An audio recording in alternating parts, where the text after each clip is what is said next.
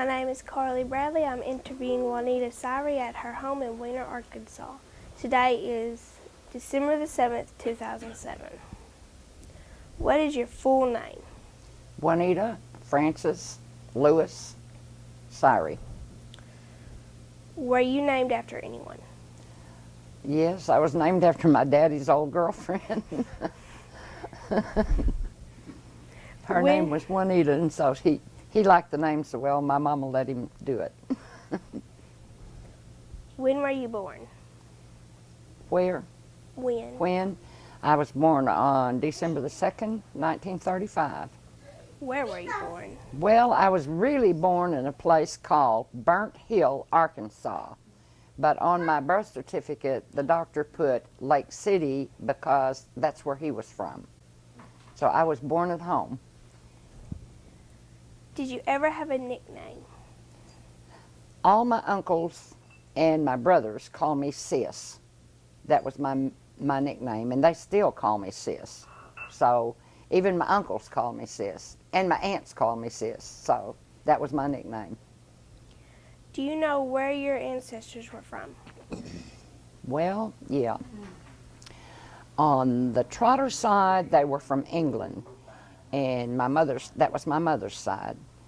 And her mother was a Trotter, and the great-grandparents, I'm not sure exactly from what town they were in England, but they came over here. Originally, they were from England. And on my daddy's side, they came from Wales.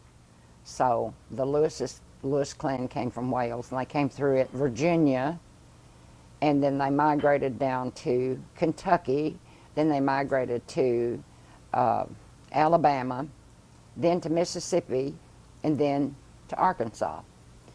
And on my mother's side, they migrated from, I'm not sure where they came in at, but they came in somewhere, I'm thinking in North Carolina. And then they migrated over to Illinois, and from Illinois to Arkansas. Where did they settle and what did they do there? Well, I don't know exactly where you said sailed from. Settled. At the end, where did they end up settling at? Oh, they settled, okay, the Trotters settled here in Weiner. The Lewises settled basically in Booneville, Mississippi. There's still a whole bunch of Lewises there. That's on my dad's side. And then my dad and a brother settled in Arkansas, which was, at the time, they went to Bono, and up around Bono is where they settled. And then my dad came from Bono down here to Weiner. I think he was a logger. He was following the logging trade, and Weiner was a big logging area at that time. And that's how he met my mom. I'm going to talk about your parents. Where did your mother grow up? My mother grew up right here in the Weiner area. Actually, it was called Beautiful Home. My grandma had a farm 4 miles west of Weiner, and on that farm they had a church house on the corner lot of their farm, and they had built and donated that church to the community out there, and it was called Beautiful Home Community, and that's what the name of the church was, and that's where she grew up. And Weiner was like going a long way to town from Beautiful Home, and it's really only 4 miles, but at that time it was a long way to town. And my dad grew up in Booneville, Mississippi, and then he landed in Lake City. Then he came down here, and he was logging, I think, and then he started farming, and then he wound up in Lake City with my mom, and that's where I was born, is over there. And they were, at that time, they were farming. What's something you'd like to tell me about your mom? Well, she was a lady that just did everything under the sun. She was a jack of all trades. She could do anything. She never really mastered anything, but she did a lot of work. If anybody else could do it, she could do. If they could do a whole lot of it, she could do a little bit of it. And anybody that asked her to do anything, she'd do it. She was just the kind of person that would just, she was helpful to everybody. She was a carpenter. She was a housekeeper. She was a farmer. She was a seamstress. She sewed for everybody in this country. She worked for me in the flower shop. She just did everything. Can you tell me about a story about you and your mom? Let me think. There's probably lots of stories about me and my Just mom. Just take your time. Yeah. Gee, I can't really right off the hand. Just take your time. You don't have to just sit there.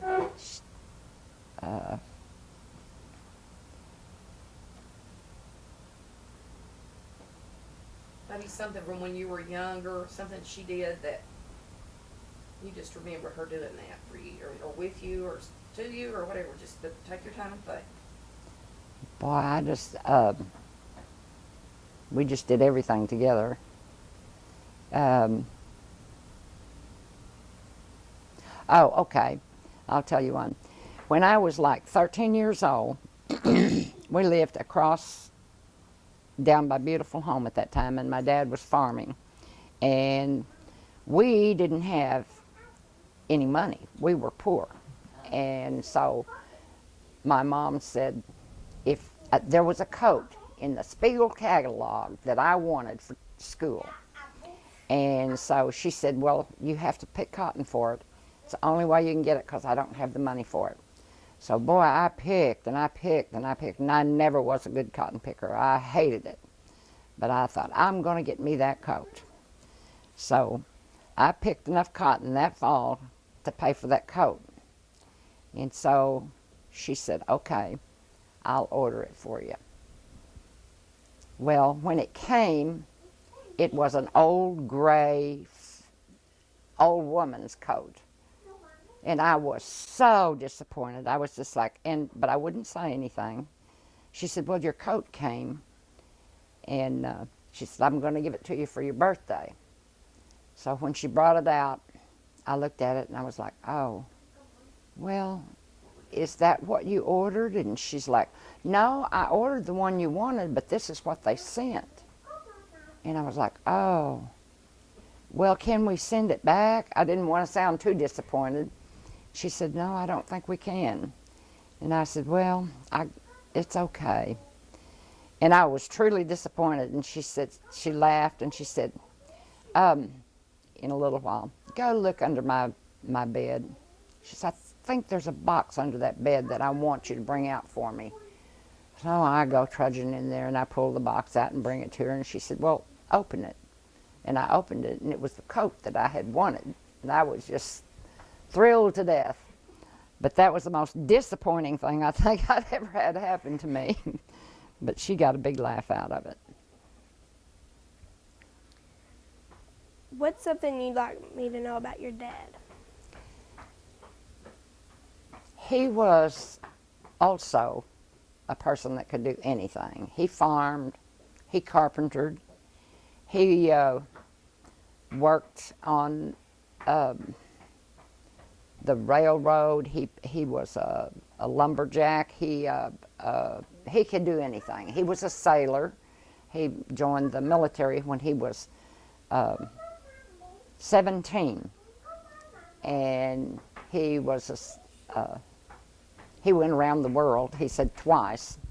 He said, but there's no place like home. So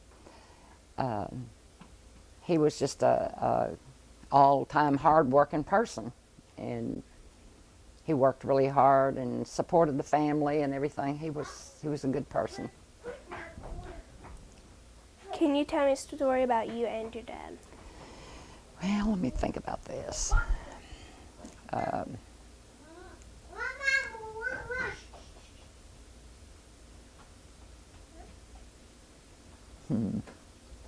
trying to think.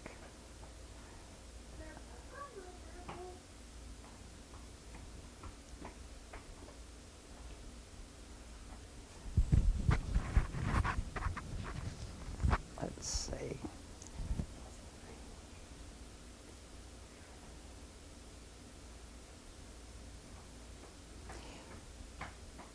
Well, when I first came back here from California, I had lived in California for 17 years.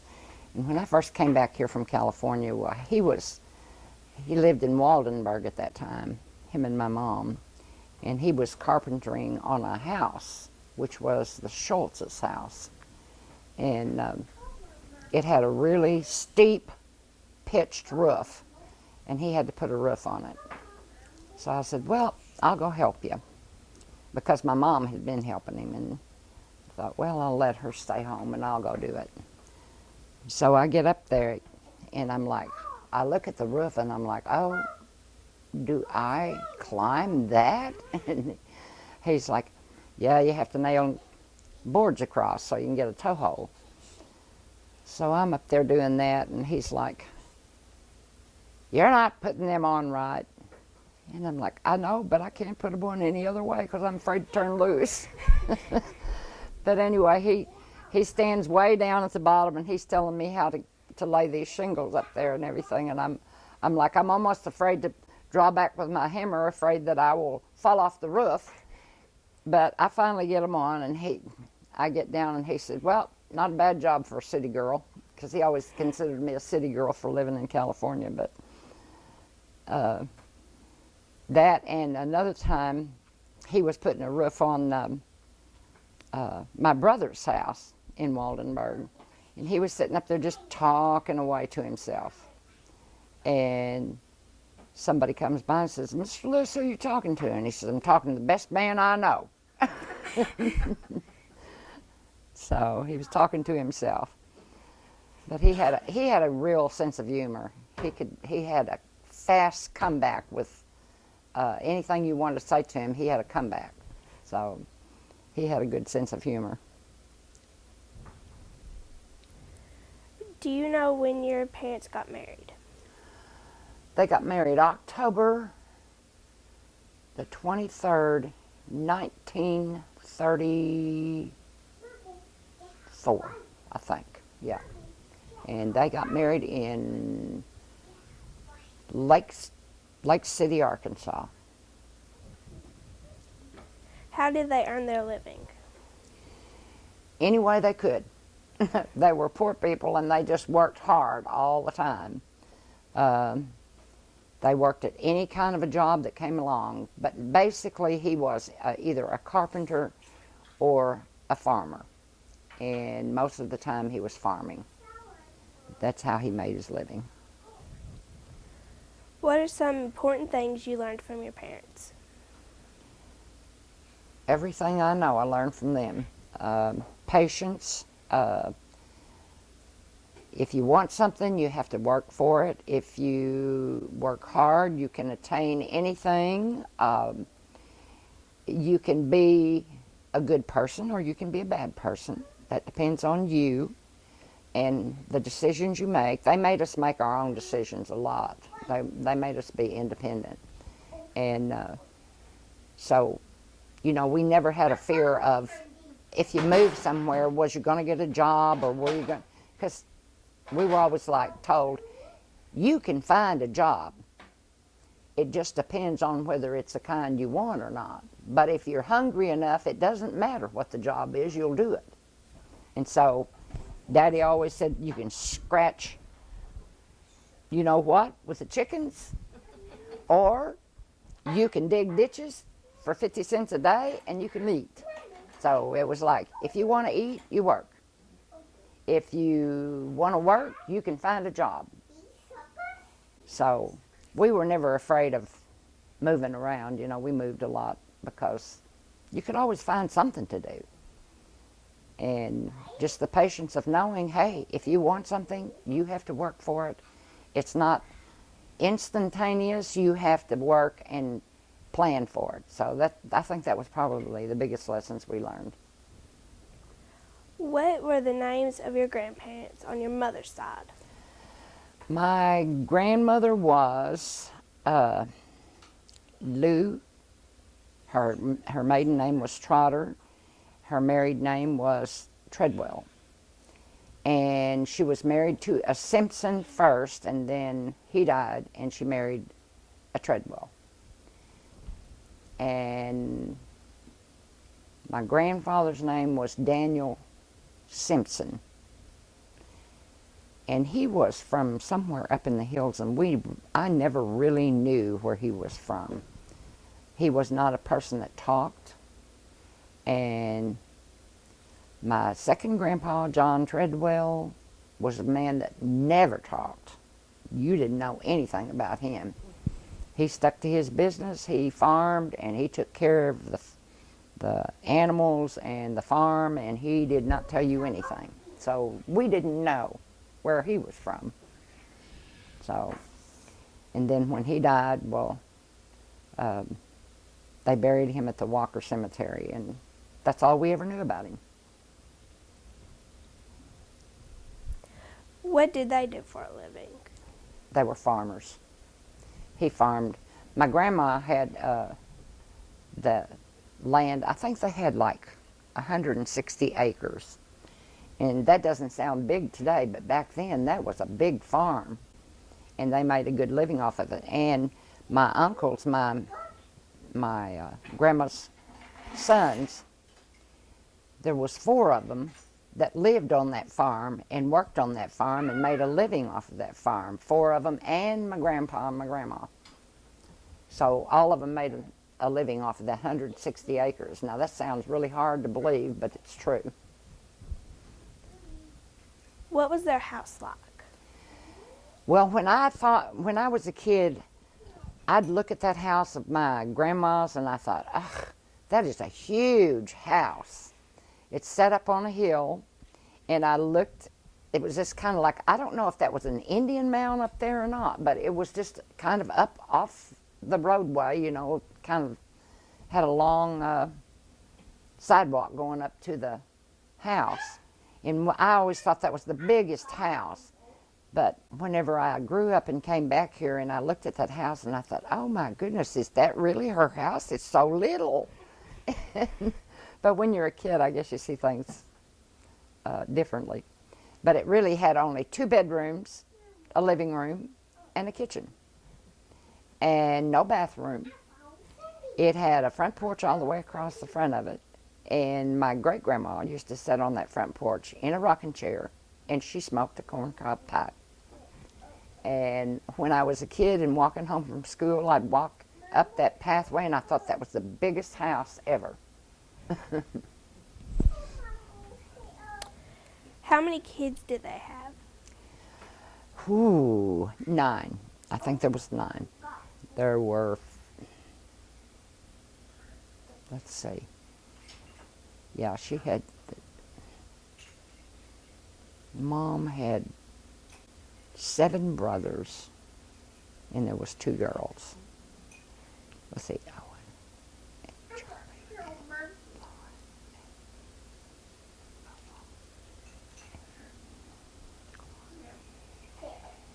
Yeah, 7 brothers and 2 girls. What do you remember most about them? About my uncles or Your grandparents. my grandparents? Your moms.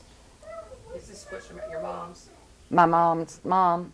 Your mom's grandparents. Well, my grandma was a really staunch lady, and she expected you to follow her directions to the nth degree.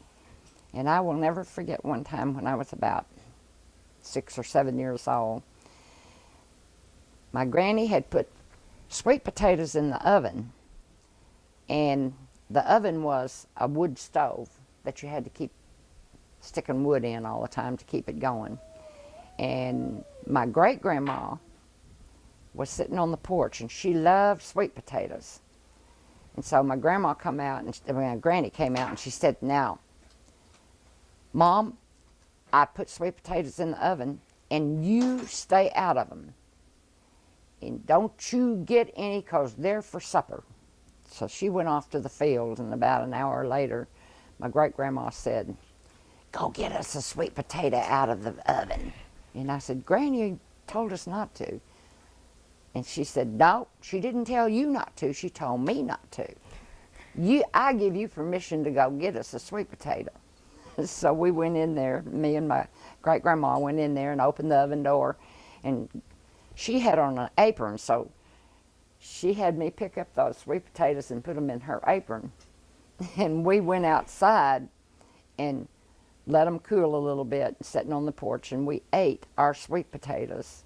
And you can imagine what my granny thought whenever she came in. She was ready to fly into us. But my great-grandma took up for me. She said, I told her to do that. You didn't say she couldn't do it. You said I couldn't do it." So. Can you tell me a story about any of your maternal grandparents? Because that was them. Yeah, that was the Oh. maternal ones, yeah. What were the names of your grandparents on your father's side? Her name was Sarah Cole Lewis, and she married Ernest Wimberly Lewis, and she was half Indian. Her mother was a full-blooded Indian who I never met. And my grandma on my dad's side, I only knew her temporarily. She was, by the time that I got old enough to know her, she lived in Missouri. And so we lived in Missouri off and on, but when we lived in this one town, she lived in another town, so we really didn't see her that much. And she was just a little short woman that was not particularly kind, but not particularly bad. She was just kind of a really quiet woman. And my grandfather had died when, let's see, I don't think she was very old. I think he died when he was like 36 or 46. I'm not really sure about that. But I never knew him and didn't know a whole lot about my dad's mother. She met Mr. Lewis, or her husband, in Mississippi. And the story goes that she was on a little girl when the Trail of Tears started out in Florida and went over to Oklahoma. She was just a little girl, and I think that some of her folks, I don't know if she was a little girl or her mom was a little girl, but one of them was, and anyway, they got separated in Booneville, Mississippi, and stayed there. And that's where my grandfather met her, and they got married. They had, let me see, I think they had 4, let's see, Florence, Flossie, Villa, Ernestine, Sybil, and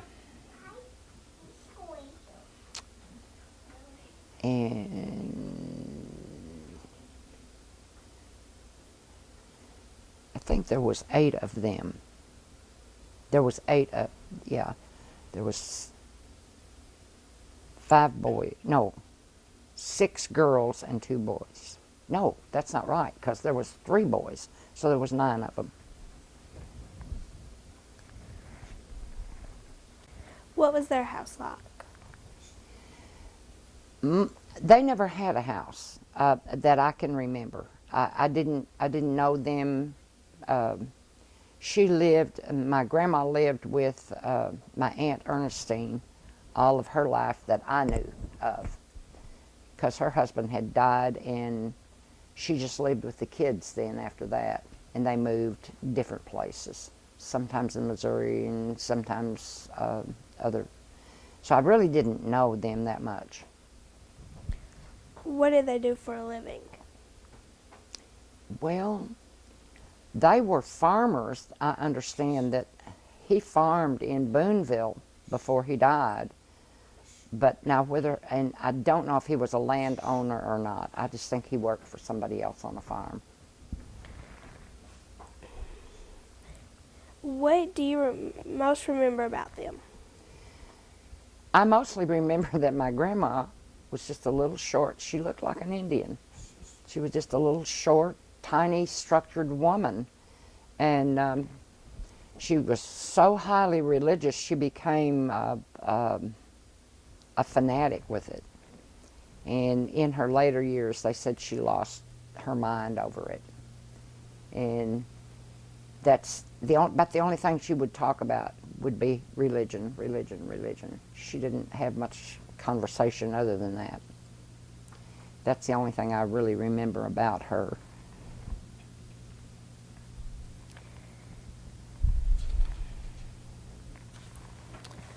What about your brothers and sisters? Well, I've got two sisters that live here in Weiner, Glenda Westerman and Frida Ritter. I've got 3 brothers. 2 of them lived in California and 1 lived in Michigan. And that was, I got it, yeah, okay, 3 and 3. I'm the oldest of the family. Then my brother Wayne, well, I'm not really the oldest of my family. The oldest one is my brother that lived in Michigan. His name was Eugene Hooker. My mother was married to a logger, and when she was 6 months pregnant with my brother Eugene, her husband was trapped between logs and died in a logging accident. And then she married my dad, and then I came along. So Eugene Hooker was the oldest of the family, but now he lived mostly with my grandmother, my granny, and because my granny wouldn't turn loose of him. But anyway, he was the oldest, and he farmed and worked at various things here. And in the 50s, he moved to Flint, Michigan, and went to work in the car manufacturing. And that's where he stayed until he died. And so he stayed up there all of his working life, just about. My brother Wayne was in the Navy, and he married a girl from Chico, California. No, Chino, California. And then they moved to Chico, California, which is in Northern California. And he got into real estate and started buying houses and making the houses into dormitories, because they had a college up there, a small college that needed places for kids to live. So he'd take these houses and make dormitories out of them.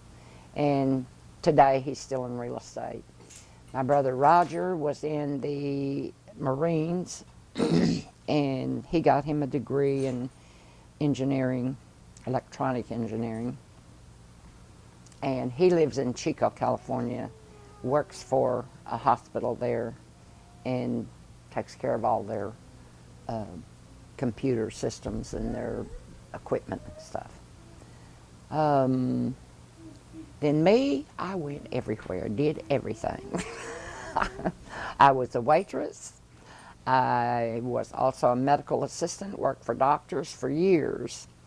Then I moved down here, moved back here, and me and Frida bought a flower shop. Neither one of us had ever done anything like that in our life, but we thought, as my mom always said, if anybody can do a whole bunch of it, you can do a little bit of it. So we jumped in and we tried it, and it was good. So I stayed in the floral business until I retired. Glenda is she works for Dana Manufacturing. She's always worked in different manufacturing jobs. And my brother Roger, who's the younger one. No, I just told you about him. Roger, he's in Chico, yeah. And that's us. So there was Eugene and me, Wayne, Frida, Glenda, and Roger. How did you all get along growing up? Oh, we get along fabulously. Love each other to death. Growing up. Growing up, no. Fought like cats and dogs. I will never forget. Frida was the mousiest little cut and so shy. She would cry at the drop of a hat, and we just loved to make her cry. My brother Wayne and I fought like we were worst enemies. Any time that he could aggravate me or I could aggravate him and get us into the point of a fist fight, we'd do it. And I've seen my mother run a quarter of a mile down a dirt road to get to me and Wayne because we were having a hoe fight. We were out in the cotton field chopping cotton, and she had told us, "Don't get in a fight. Go down there and work." Well, the first thing we did was we started swinging our hoes at each other, and she saw us, and we were just fighting up a storm, and we looked up the road, and we knew we were in trouble, but it was so funny to see her come flying down that road, stirring up dust to get us. Of course, we got a terrible spanking when she got there, but we fought over everything. And we literally hated each other while we were growing up, but now we get along great. So. What did you do together for fun?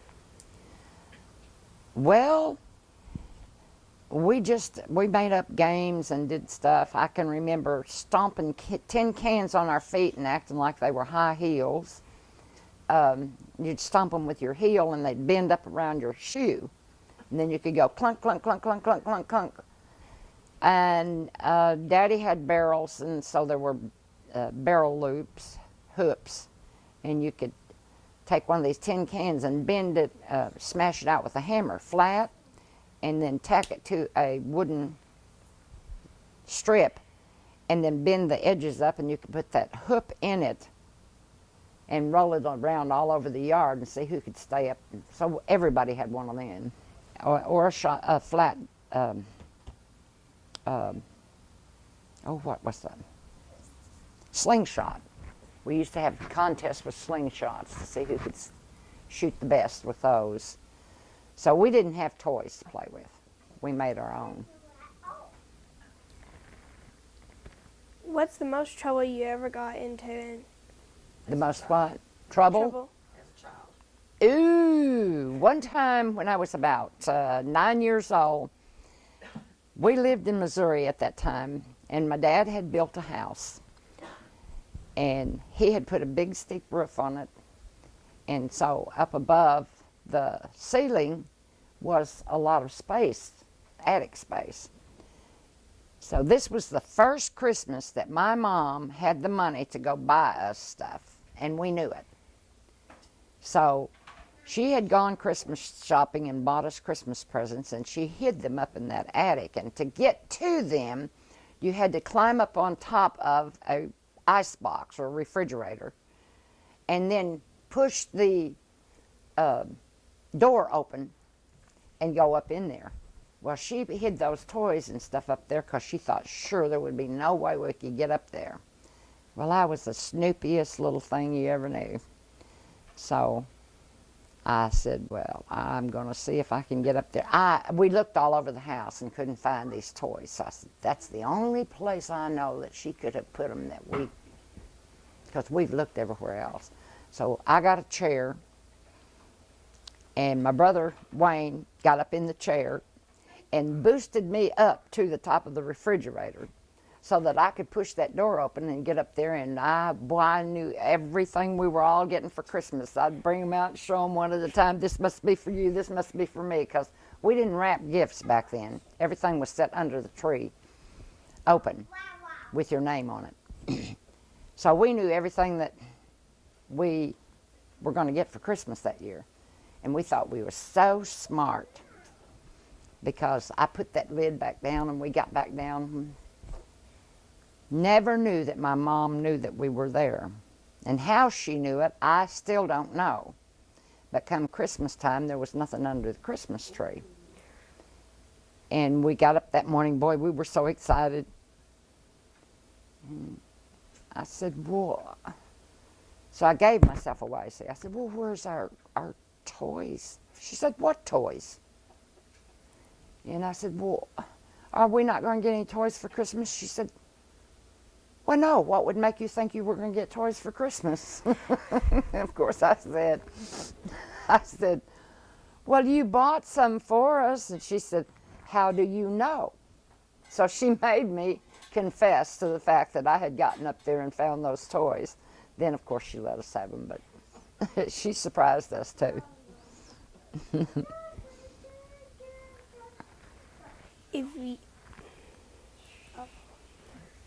Were there cousins or friends who you played with? Oh, yeah, we lived in a beautiful home community over there, so we had lots and lots of cousins to play with. Just about every family had from 4 to 6 kids, so we just had loads of cousins to play with. All my uncles lived over there, and their families. So we grew up in like a big clan-like atmosphere. Tell me more about the other people in your family. Other people in my family. Like Or- a particular aunt or an uncle that you remember, someone that you hadn't talked about that was important to you. Or a really close family friend. Yeah, it could be or a family friend Yeah. when you were a child.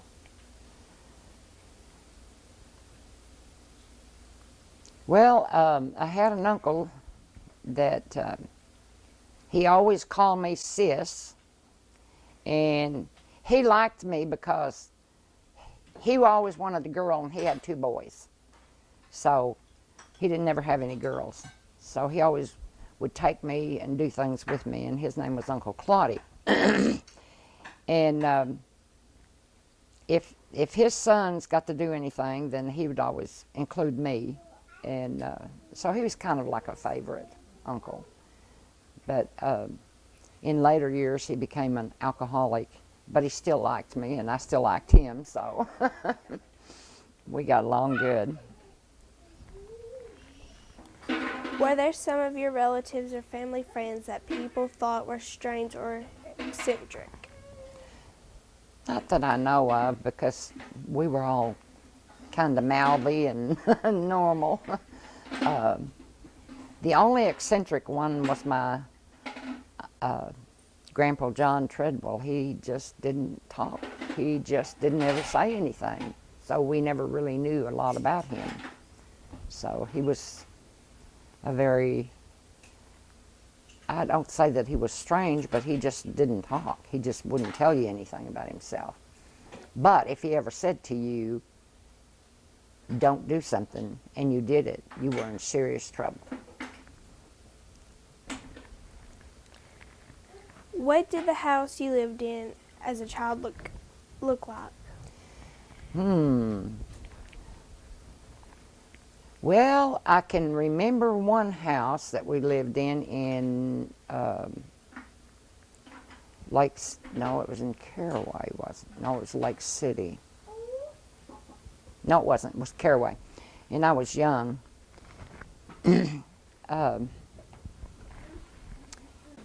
It was right on Main Street. It was, in my mind's eye, of course, I was really young at that time, so I really don't remember a whole lot about the house, except that a flood came, and I can remember sitting on the top step of the doorstep playing in the water, sitting in the water up to about my chest. Then the next, I don't remember exactly that much about the houses until we got here in Weiner, our beautiful home. And my dad built a house, and we thought it was a great house. It had bedrooms for all of us kids to have a bedroom. And it was really a big house, 3 bedrooms. Of course, the bedrooms were bigger than that, like most people's living rooms now, so you could put 3 or 4 beds in one room. But at least we had a room that the kids could go off in and play and sleep in. But we thought that was a grand house. And when I look back on it, it was just a mediocre house. Where did that house sit? That was out there on the beautiful home. Do you know where Rachel lives now? The next house down from her would have been our house. Where Rachel lives now is where my grandma's house was. Did you live there a long time, or did you move around? We moved around a lot. We hardly ever lived in any one place more than 3 or 4 years at a time. Then we'd move. And Daddy would fix up some old house and we'd live in it for a while. And then we'd move somewhere else. So we moved all the time. We moved a lot. And we moved from here to Clarkton, Missouri. And my dad was in the Navy at that time. And he got out and he had enough money saved up. They got severance pay. And when he got that severance pay, he built a house in Clarkton, Missouri. And we thought that was a great house because it was white, painted white. We'd never lived in a house painted before. So, and he put a bathroom in it. Are you leaving, sweetheart? I love you. We'll see y'all later. But yeah, he built that house, and that was the first house we had that had a bathroom in it. Do you remember the Depression? The what? The Depression? No, I don't remember it. I was too young. My mom and dad went through it, and they talked about it a lot, how hard it was and everything, but I don't remember that much about it. I just remember we were always poor. We never had what you call extra money. And you went to town in the fall when you sold your crops. You bought a barrel of sugar and a barrel of flour, and you just bought everything in big quantities and took home a barrel of beans or whatever. And you raised everything else, like potatoes and your green beans and your peas and corn and stuff like that. You raised on the farm, and you canned that and put that up for your winter food. And there just never was any extra money. We didn't have money. I can remember it was such a treat to get to come to town when they purchased these big purchases. Usually came on a Saturday night, and Weiner was a booming town on Saturday night. And if you had a nickel, you were rich, because with a nickel I could buy 2 pieces of candy, and I could buy an ice cream cone, or I could buy a popcorn. And I just thought I was really rich to have a nickel. And I can remember Weiner, it just seemed like such a big town because everybody came to town in the fall on Saturday nights to get their supplies and stuff. And then later on, as I got to be a teenager, well, of course, you know, we had a little bit more money, but not a lot. But we could come to town on Saturday night as teenagers, and Weiner was still a booming town then. And we had the theater up there, and everybody went to the show. The movies. So we'd go to the movies and have popcorn and soda pop and just had a good time and maybe spend a quarter.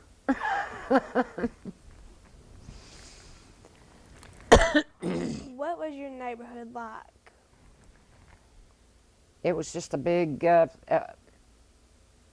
several houses. Let's see, there was 1, 2, 3, 4. There were 6 houses in the beautiful home area, and they were all relatives. And that's where you went to church and Sunday school and church on Wednesday at Beautiful Home Church.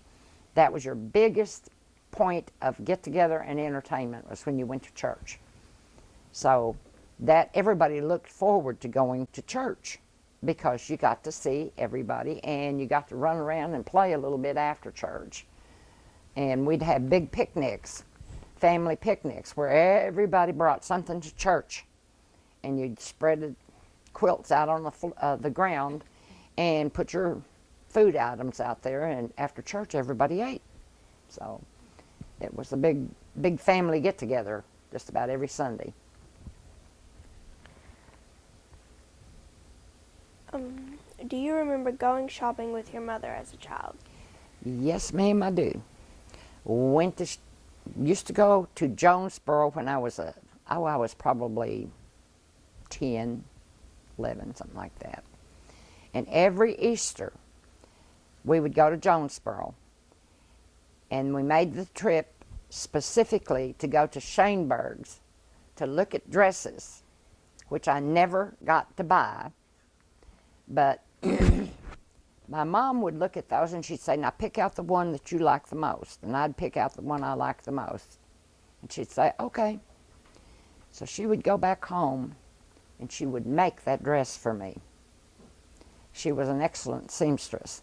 Of course, it was never the same kind of material, because I always picked out a really shiny, nice material, but Mom saved feed sacks, because all the feed for the animals came in printed sacks. So she would say, each time she'd buy feed for the animals, she'd say, now I got to have it in that sack and that sack, because they had to match the other one. You know, she'd pick out enough that she could get a dress or a shirt or something out of. So she'd come back home and she'd sit down and cut out that dress and make it for me.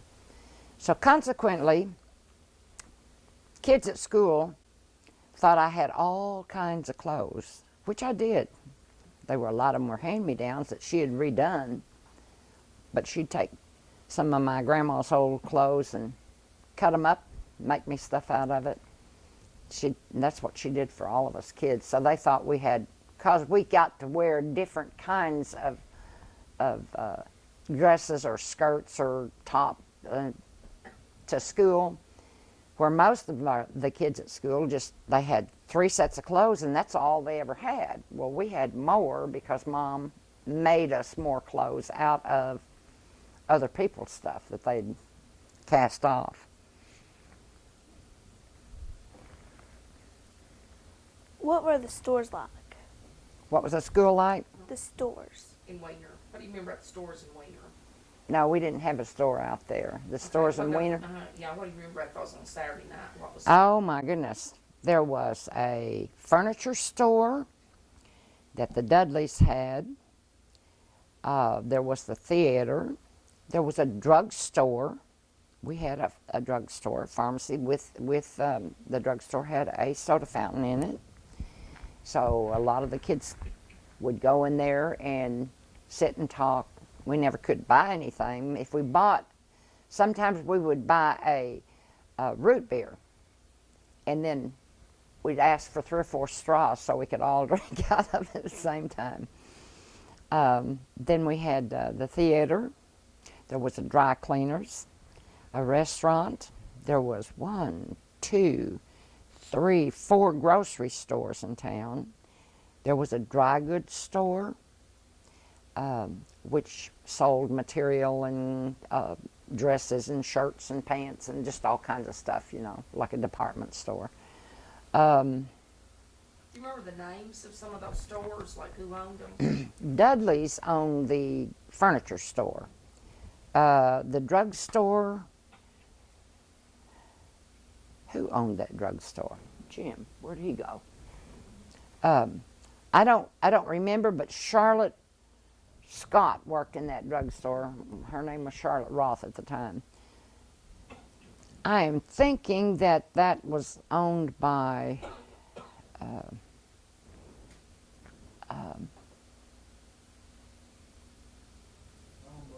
Bryant, wasn't it? the drugstore. It might, okay, might have been. And the movie theater was owned by Min Schischler. And what was his name, the man? In the first store. No, the movie theater. Rich Espy. Yeah, Rich Espy. And then next to that was a dry cleaners, and that was owned by Miss Strickland. And then there was a restaurant that was owned by, who was the cop here at that time, Jim? Deal. Mr. Deal. Yeah, he had 2 daughters that run that restaurant.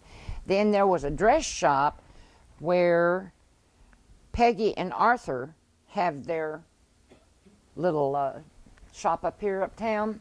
That was a dress shop owned by, what was her name, Jim? Miss Allen. Miss Allen, yeah, okay.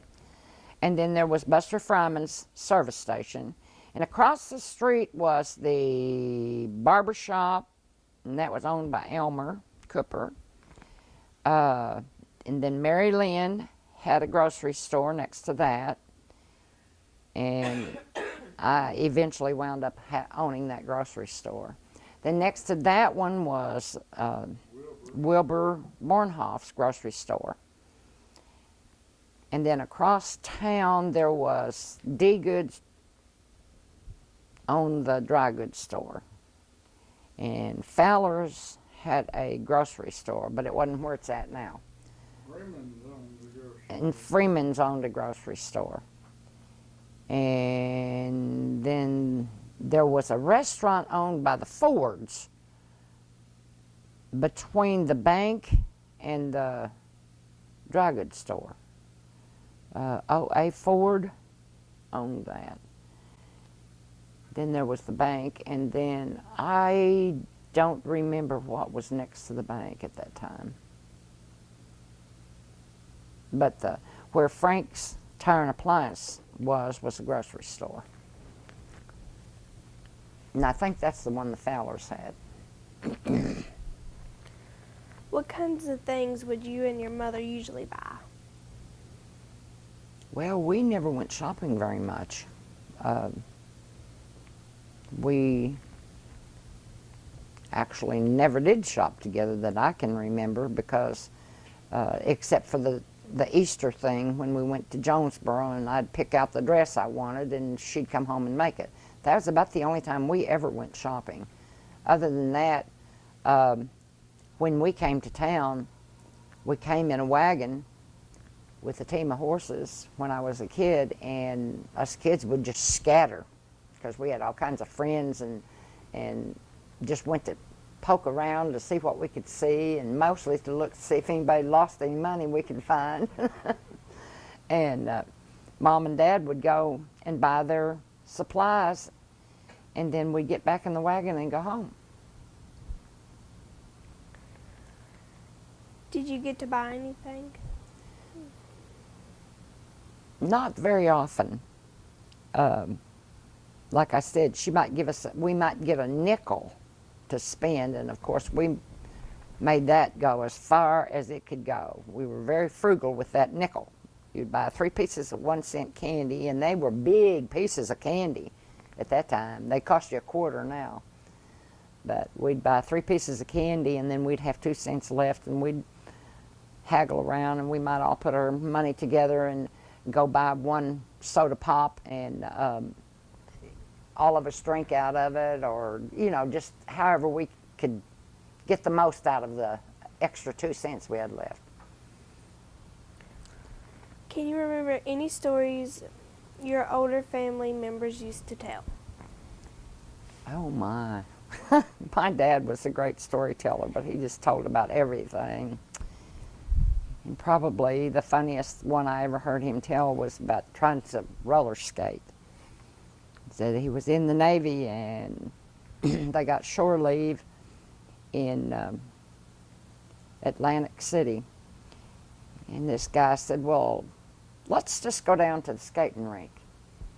And he said, well, okay. He didn't know anything about the town or anything, so they decided they'd go down to the skating rink. They got down there, and the guy said, let's go skating.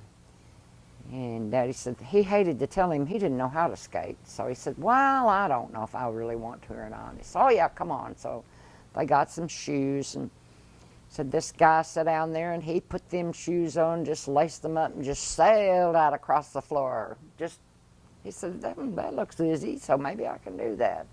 So he puts his shoes on, and he gets up, and he tries to sail out across the floor, and he said, I hit the floor like a ham of meat. He said, I thought, well, what happened to me? So he said, I tried to get up, and I couldn't get up. I had those roller skates on my feet, and I couldn't get up. He said, one foot go one way and one another. He said, I looked like a Gumby out there on the floor, just flopping around. Said the guy comes sailing by me and said, what's the matter? You can't skate? He said, well, I don't know. He said, I still didn't want to admit I couldn't skate. He said, must have hit something on the floor. He said, finally I pulled myself up, got up on my all fours, my hands on the floor and my feet together on the floor, and he said, and then I couldn't get up. So said this guy come by, and he picked him up and stood him up, and he said, I thought, okay, now I'm going to do it. He said, I stuck that foot out there like I seen him do, and he said, boy, I just went to flipping and flopping and trying to keep from falling. He said, it was awful. And I finally hit the floor again, and I said, this is it. I've had all this I want. I do not know how to skate. I finally have to admit it.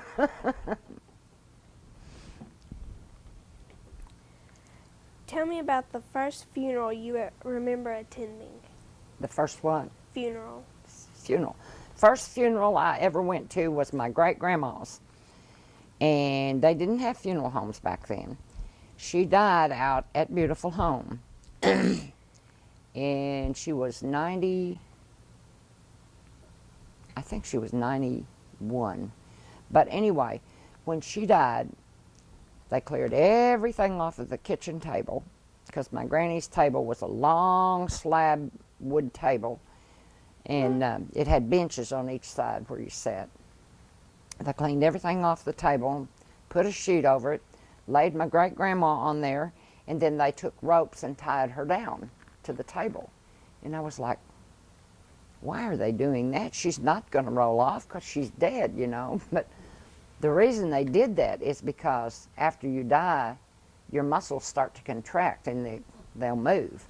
And so they roped her down.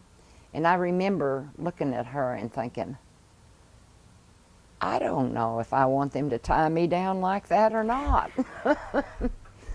And so, but that's the first time I ever went to a funeral.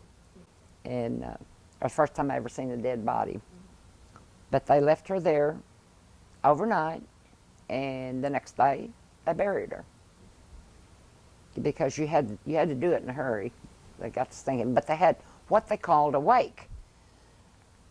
And I guess this is where wake got its name, is somebody had to sit up with that body all night long. And that I never understood, except for the fact that maybe they were watching to see if some of the muscles were contracting and they would have to rope them down again. But somebody sat with that body all night and did not go to sleep. So you had to be awake. Were your parents strict? What? Were your parents strict? Very.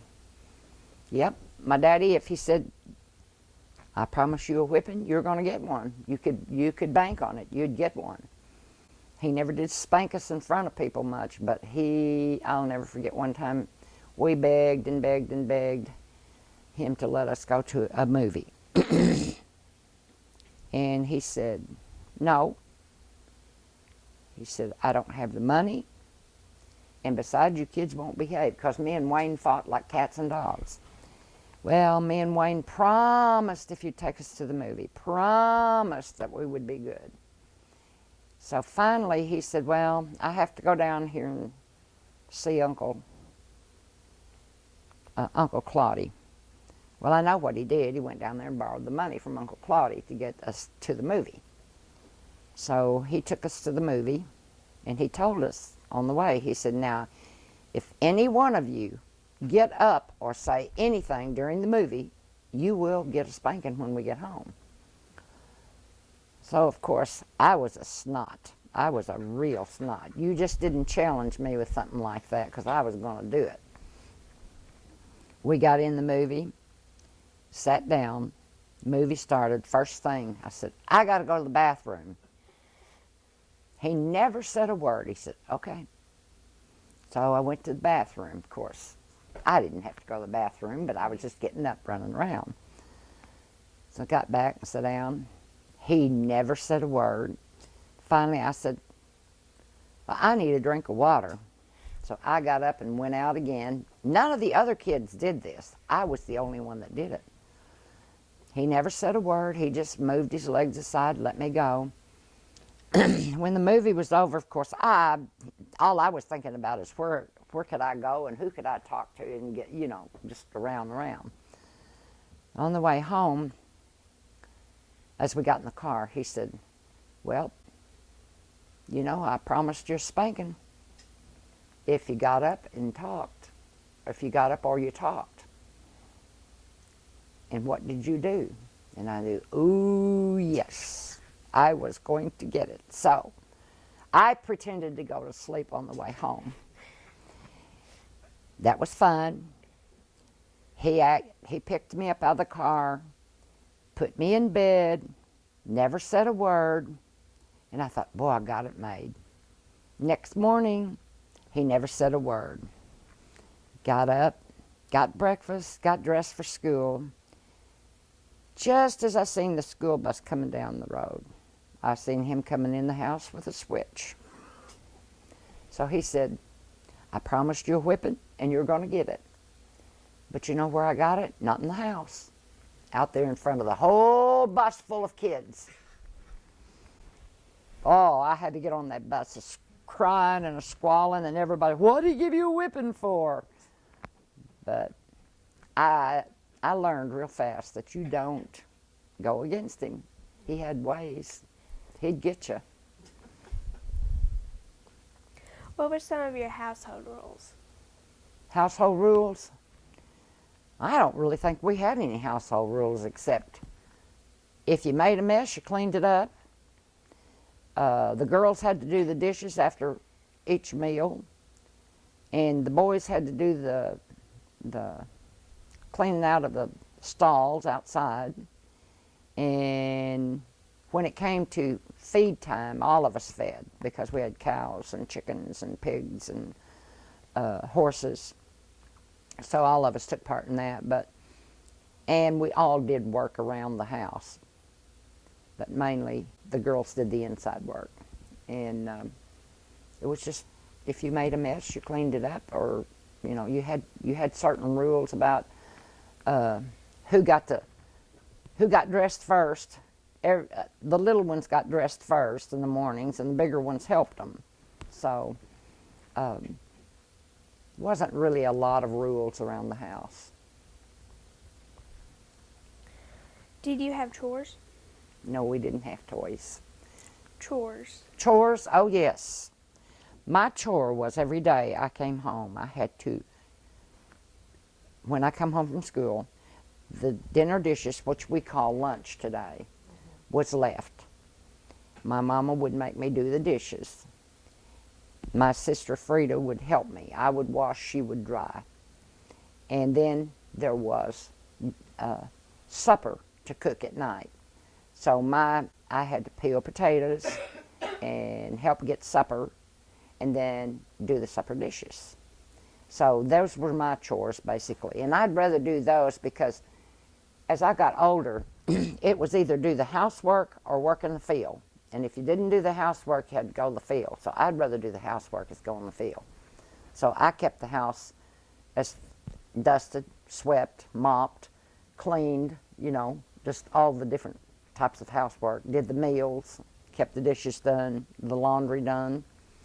And laundry was not laundry like we do today.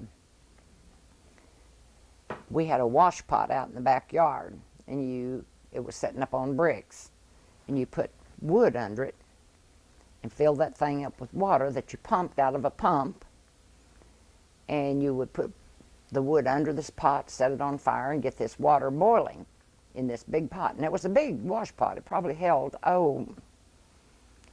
probably 20 gallons or more. And you would take your clothes, and your white clothes would go in there first. And wash day, we called it, was always on Monday in the summertime. In the wintertime, it was whenever it was warm enough to do that outside. And you'd put your white clothes in first, and you let those boil, and you stirred them around with a stick. Like that's where the agitator to a washing machine came from, is people stirring their clothes with a stick. And then you would dip them out with that stick and put them into another tub of water, cold water, to cool them down with, and rinse the soap out. Then you would wring them out by hand and then hang them on the line. We had clotheslines. Later on, when I was like, 14, I guess, we got a washing machine, and it was a wringer type washing machine, and it was one that you pour water into, and it would it would wash the clothes like a washing machine does today, the agitator in it. But then you'd have to stop the agitator, and then you run your clothes through a wringer. They had two rods together, two rubber rods. Only they were big, or wheels, whatever you call them. But anyway, you'd put your clothes up there and turn a crank and crank them through there. That's what wrung them out. Then you'd hang them on the line, or you put them in your rinse water and rinse them again, and then put them through again and hang them on the line. And I don't remember when my mom got her first washer and dryer. Gosh, I was gone from home already, so I really don't remember when she got a washer and a dryer.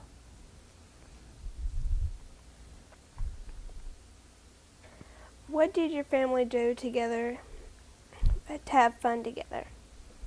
Mostly picnics and family get-togethers. That's basically at church. That was basically our family fun, is what we did. And we'd go fishing once in a while, but we didn't have a boat or anything. We'd just go down to the creek with a fishing line and fish.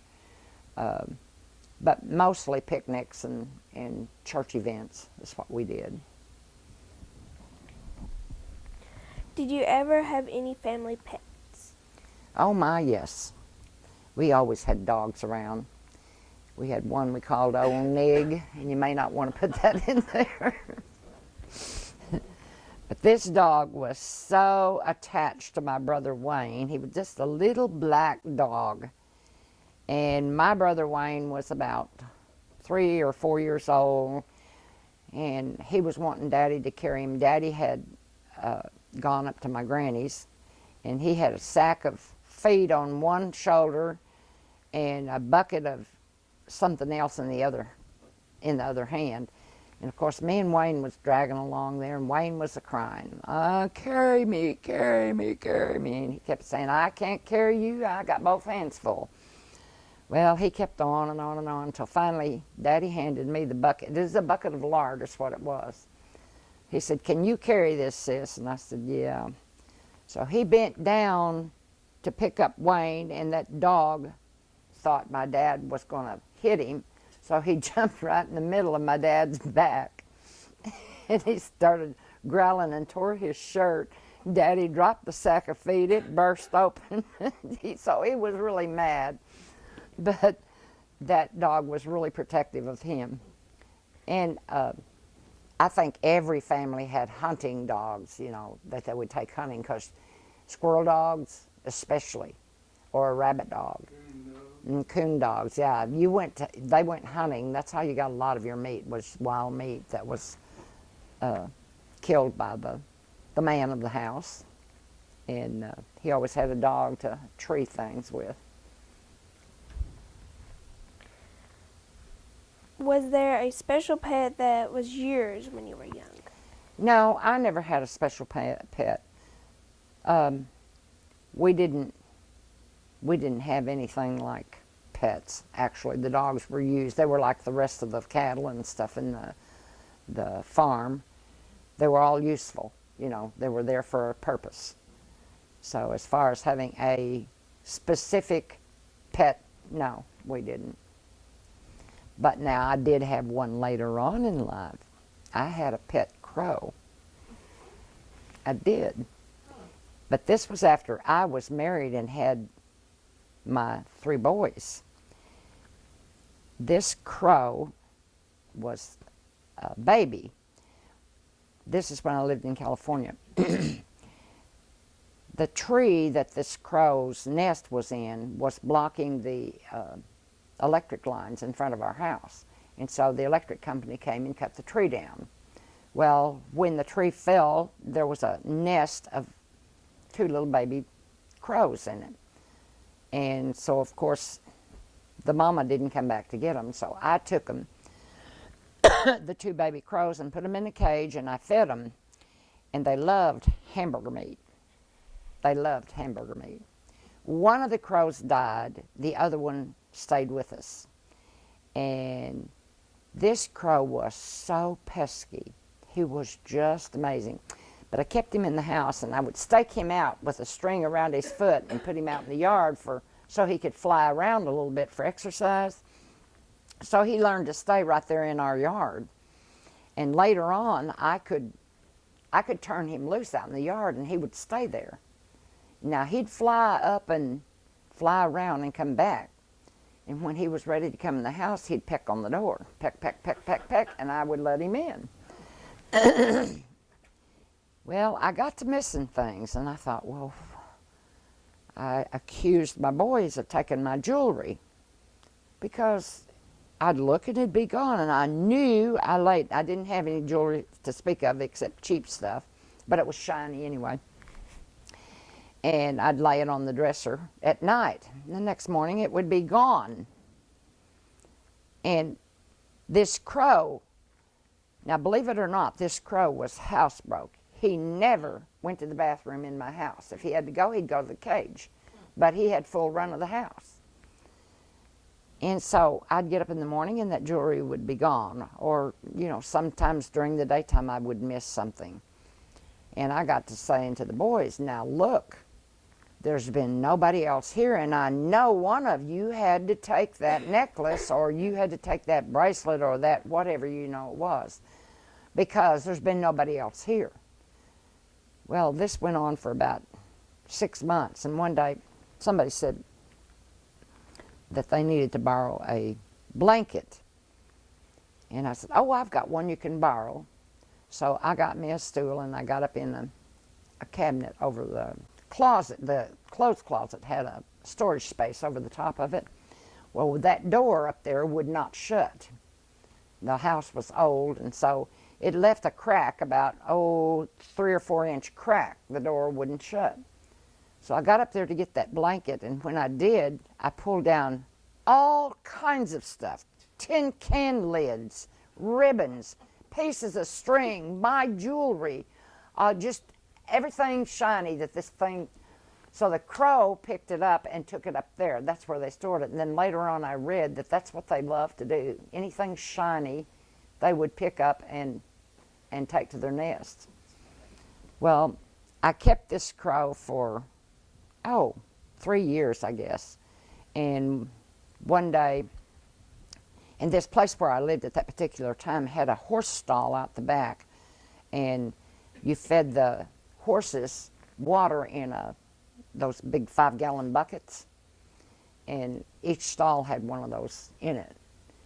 So part of my job was to keep water in those for the horses.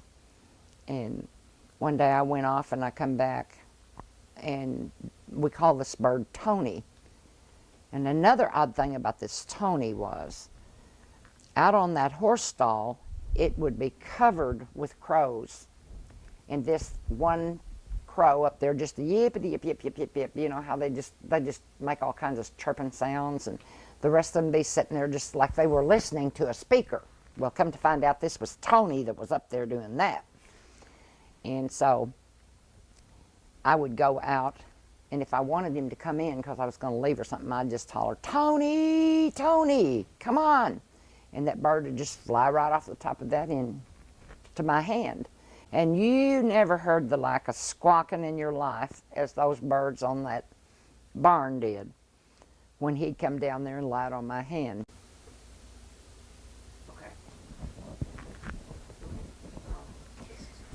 Okay.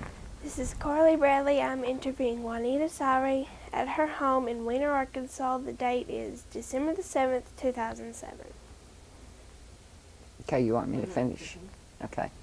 This Tony would fly down and light on my hand, and I'd take him in the house. Well, this one particular day, I decided that I was going to go to town, so I thought, well, I had called him, and he didn't come. And I thought, well, he'll be back when I get back from town. So I went on and did whatever it was I was going to do, and then came back home, and I still couldn't raise him. Normally, all I had to do is just call his name 2 or 3 times, and he'd just come flying right down. Well, he didn't that day.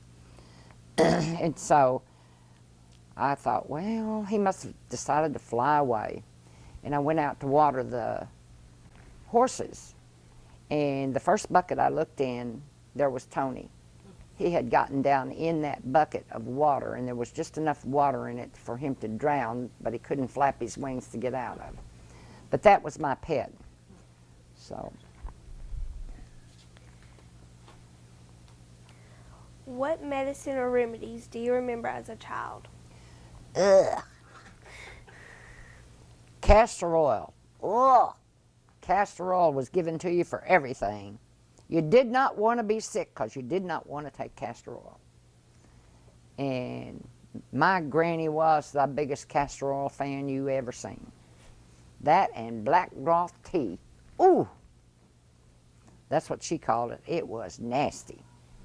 It was made out of some kind of herbs. I don't know what it was made out of, but she called it black broth tea, and it was awful. And if you had a cough, you tried to suppress it. Don't want to cough in front of Granny. You got black broth tea. And that and liniment. You got rubbed with liniment if you got a sore spot. If you like, and it was awful stinky. It was terribly stinky. And I can't say that it did any good, although it burned like everything. So those were major types of medicines we had. Can you remember a time you or someone else in your family was very sick or hurt? No, basically we were all pretty healthy. I don't remember any of my family or my cousins ever being really sick. We run around all summer without shoes on. Couldn't wait for May to get here. So if it had been freezing cold on the 1st of May, we could take our shoes off and go barefooted. And that was we loved that. So we ran around all summer without shoes on. Or in winter, we didn't have a lot of coats or gloves or hats or stuff. So we just kind of went with the elements, I guess, and we're all pretty healthy. So I can't remember any of us ever being extremely sick. What about hurt? Do you remember anyone getting hurt? No. The only thing I can remember about something odd that might have been connected with sickness, but I think it was really a nightmare, was my brother Wayne one time when he was, about 8 years old, went to sleep under my granny's bed. And she had one of those big old iron bedsteads that stood up off the floor. And he had crawled up and under her bed there and went to sleep. My daddy come along and he said, okay, it's time for us to go home. Said, come on, kids. Well, Wayne was sound asleep. And he was so asleep we couldn't wake him up. And Daddy got a hold of him and pulled him out into the floor and said, get up, son. And he said, I can't, my heavy hurts. And so he kept saying, my heavy hurts, my heavy hurts. And we didn't know what was wrong with him. And we really didn't, And really, I don't guess there was anything wrong with him. He just had to be in a really deep sleep, dreaming something, because eventually he came awake and said, "Oh, what do you want?" And so Dad said, "We got to go home." "Oh, okay." But it sounded at the time, you know, it seemed we couldn't wake him up, and he kept saying, "My heavy hurts, my heavy hurts," and we didn't know what that meant, but still don't. But as far as getting hurt, no, I don't recall any time that anybody got really hurt or sick. My great grandma, she just died, I guess, from a heart attack. She just died instantly. Up until that point, she was fine, and so I don't really remember anybody being sick or hurt. Was there a doctor? Well, there was a doctor here in Weiner, but out there where we lived, there wasn't. So you just, Miss Hughes, Cora Hughes was our doctor, mostly. She lived on down the road from us. And usually if anything happened that needed any attention, they sent us to Aunt Cora Hughes. And she took care of us. She'd wrap our wounds up if we got cut, or if you had a wart on your hand, they'd send you down there to Miss Cora Hughes, and she'd supposedly take that wart off your hand. What she did is she'd rub your hand and say something, I don't know what she said, and then she'd say, "Now don't look at your hand, and in 3 days it'll be gone." And it was. Why, I don't know. I don't know what she did or how she did it, but I had warts. But we all did, because that's a virus, you know. But they'd send us down there, and she'd take the warts off. But that's, you know, basically just the old remedies and somebody to apply them. It's about the only doctor we had. When you were a child in elementary school, what was your school like? In elementary school, I went to school in Clarkton, Missouri. Take it back. Sturtevant, Missouri was my first experience with school. My dad had moved us into the backwoods somewhere in Missouri that I still to this day do not know, except that it was called Sturtevant, Missouri. And we were like 8 miles back in the woods. There was no road to our place. And he built a house back there. And him and my Uncle Finus they bought that land somehow on credit or something, and they were going to log it out because it was all woods. And so we lived back there when I was supposed to start school. And I had to walk through the woods to a railroad track and down the railroad track about 2 miles to get to the schoolhouse in Sturtevant.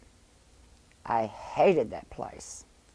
I didn't mind the walk through the woods, but when I got on that railroad track, I was terrified, because that railroad track went across a big river, not a big, I guess it wasn't a huge river, but a river. And when you'd go walking across the tracks and look down and see that water, I was scared I was going to fall in the first place. In the second place, what if a train had come and I was in the middle? I couldn't get out. So I was terrified of that railroad track. So every day, my dad, if it was pretty, he'd make me walk up there. If it wasn't pretty, he'd take the team of horses in a wagon, and he'd ride me up to the railroad track. And then he'd say, "Now, go to school." So as soon as he would turn around and go back, I would go back across the tracks. I did not want to start across those tracks, and I would hide under that trestle all day long because I was afraid to cross it. Well, I did cross 2 or 3 times, but it just absolutely terrified me. So they knew that I was supposed to be in school. The teachers knew that. Well, Mom kept asking me about a report card, and I didn't get one. Well, I didn't get one because I didn't go to school. So she finally went up to the, and you had to, this is the thing, you had to take a boat across this river to the road to get to town, and it was a long way around that way. The shortest trip was through to the railroad track, but you couldn't cross the railroad track with a team and wagon. So anyway, she goes to the school and she asks why I hadn't gotten a report card. And they told her, well, she hasn't been to school. And so she then started in, where have you been? And of course I was scared I was going to get beat, not beat, but whipped, you know. So finally I had to tell her, I'm too scared to cross the tracks. So after that, my dad started taking me up there and walking me across the tracks. Then to get home, I had to do it myself. So that didn't make me too happy either. But I did get to go, did start to school there. They knew if they got you there, you'd figure you'd come home. Yeah, right. And we weren't there very long until we moved to Clarkton, because my mom hated it back there too. She said it's just awful because I couldn't get to school or get back to school without a lot of trouble. So we finally moved to Clarkton, Missouri, and I went to elementary school there, and it was an big old building, brick building, and had been a school since I think the early 1900s. But at one time, Clarkton was a big, kind of a large city until big cities came along and the people started moving off. But I did my first, second, and third grade in Missouri. Then I came back to Weiner. We moved back to Weiner, and I was in the 4th, 5th, 6th, 7th, and 8th in Weiner. Then we moved back to Missouri, and I did 9th and 10th grade in Missouri. We moved back to Arkansas, to Weiner. I was in Weiner school the 11th grade, and then in the 12th grade, I moved back to Clarkton, Missouri. At that time, I was married. I got married when I was in the 11th grade, and Weiner would not let you go to school here if you were married, or you had to be, unmarried. Well, I was married, and then in the 12th grade, I finished out my 11th grade here, but then that was because I already was in school, and I got married in January. And they let me finish out that year, but they said no, next year no. So I had to go back to Clarkton where they didn't object. And then I was pregnant at that time in Clarkton. And I was living with my aunt in Clarkton.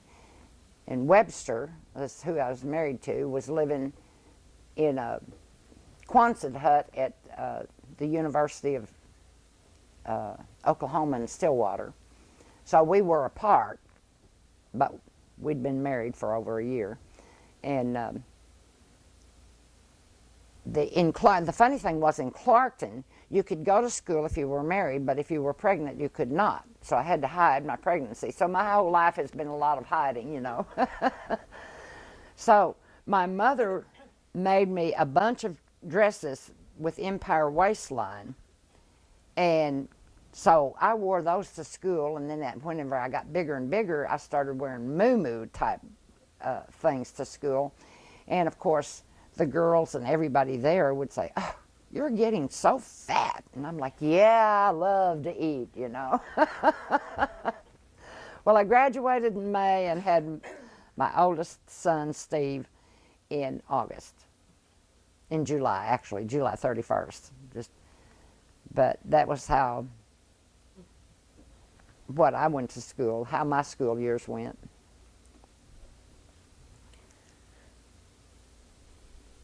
What did you do in the summers when there was no school? Work. We lived on a farm, and I worked on a farm. We planted cotton, chopped cotton, got it all ready for the fall, for picking. So we worked. We didn't have any time off. We had nothing like vacations. There was no such thing when we were growing up. What kinds of toys do you remember playing with when you were a child? Only toys we had were the ones we made. I can remember that my Uncle Charlie carved a car, a truck for my brother Wayne, and then he carved a horse for Glenda because Glenda always loved horses. But I didn't have a toy that I know of, me or Frida or Wayne, Roger.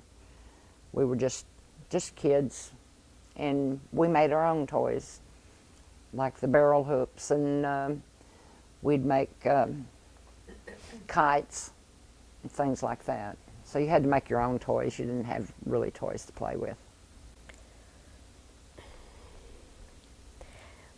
Did you have a special spot or hiding place as a child? Mm-hmm. Sure did.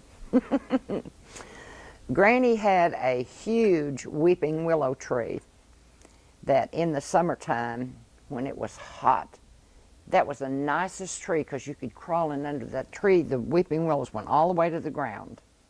And then there was a big magnolia tree right next to it. And it kind of shaded all around that weeping willow.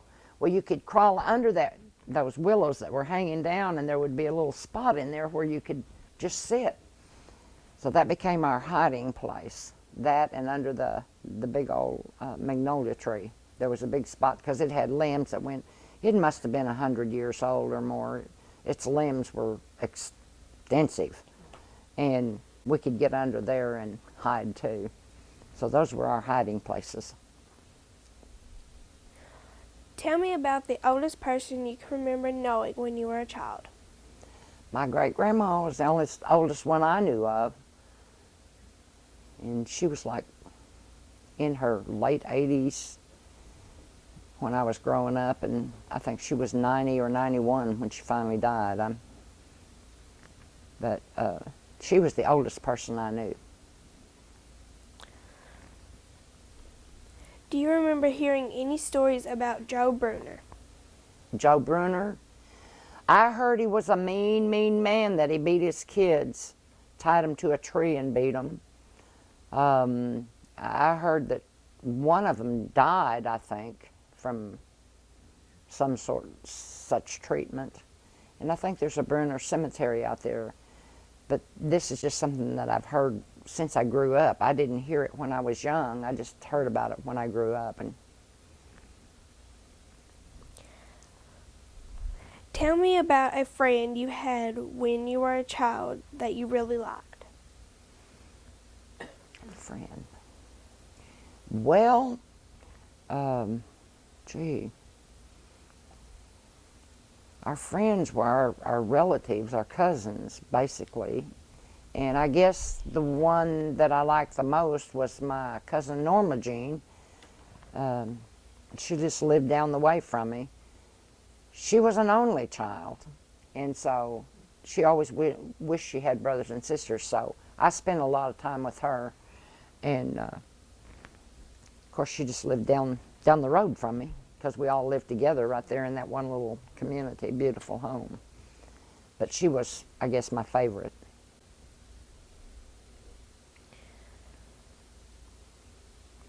Tell me a story about spending the night away from home when you were a child.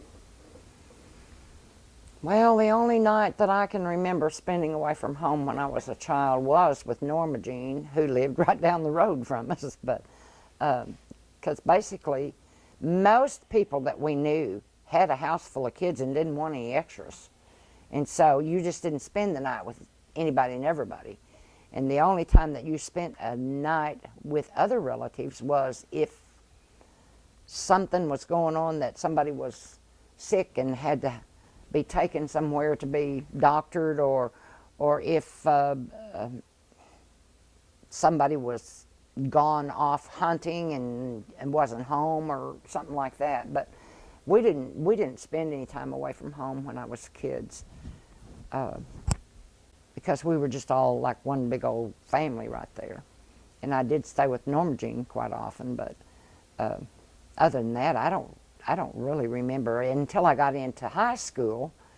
I was on the ball team and basketball team, and I would stay with Una Mae McKnight and Elma Faye, which is my cousin, and I'd stay there after school so I could ride the bus to the ball game, and I might stay overnight on ball game nights with her. But that was after I got older, so we were already in high school then.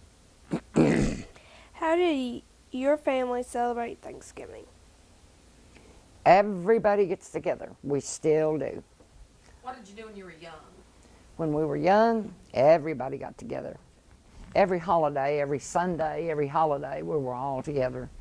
One would bring a turkey, and one would bring a rabbit, and one would bring a ham, and one would bring, we'd just all get together, mainly at my grandma's house, my granny's house, and just have a big dinner. And that's what we did for Christmas and Thanksgiving too. Everybody would come and bring something. And there might be 50 or 60 people there for dinner, or for what we called dinner at the time, which we call lunch today. So, but we'd all get together there, and it'd be cold sometimes. It'd be really cold, but they'd shoo us kids out in the yard to go play so the adults could talk.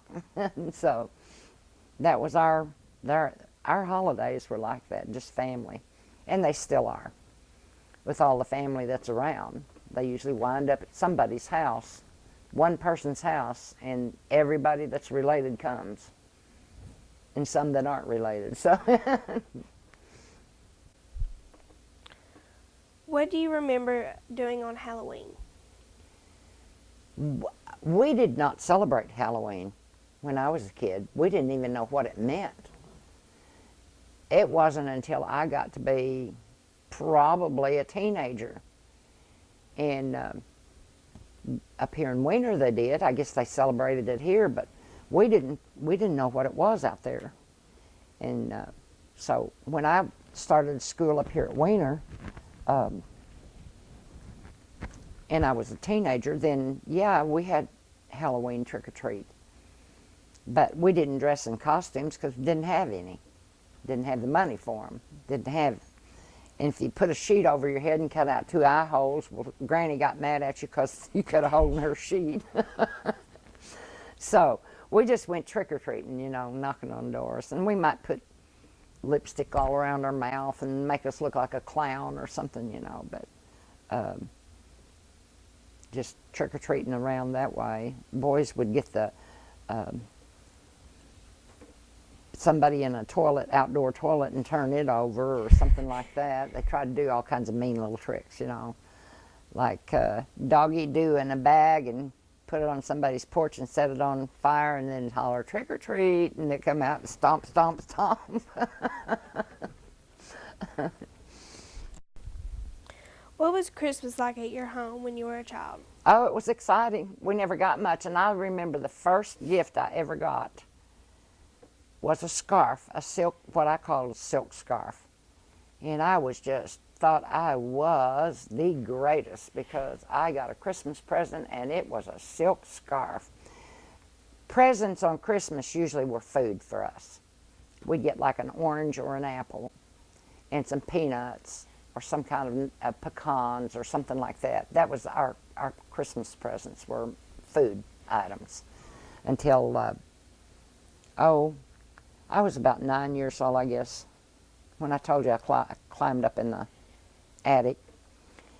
And that was the year I got a silk scarf, and I thought it was just, it was so beautiful, and I looked so good in it. Did you always have a Christmas tree? Yes, we did have a Christmas tree, and we would string berries and make paper chains and all kinds of stuff like that to decorate it with. And it might not be a green tree. Sometimes it was just a tree with branches and no greenery on it. But we always had a tree of some sort.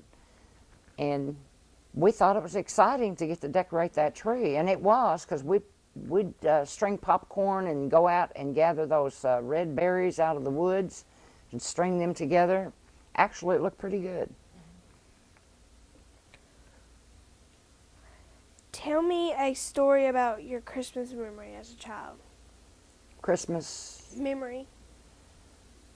uh, You know, do you got another story about Christmas that you remember other than when you climbed up in the attic? no, not really. That's the one that Yeah, that holds that. the fastest in my memory.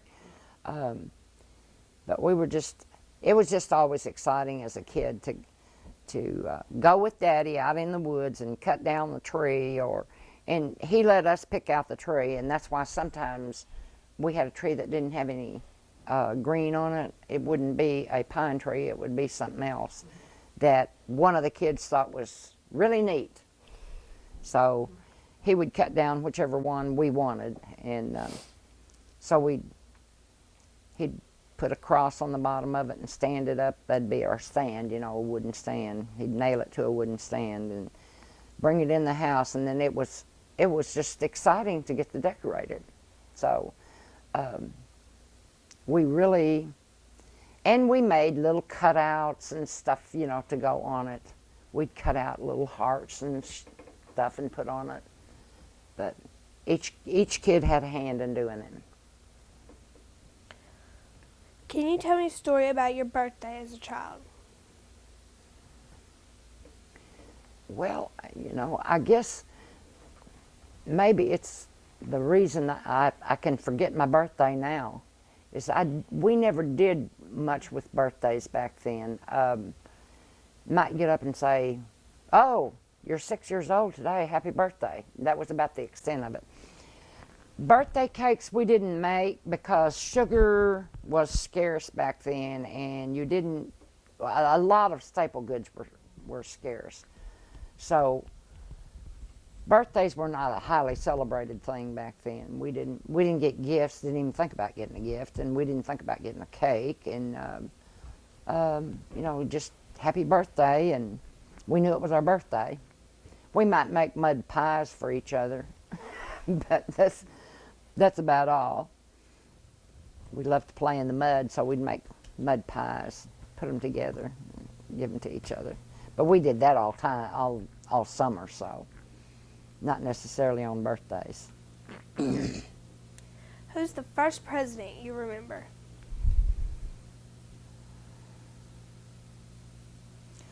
I guess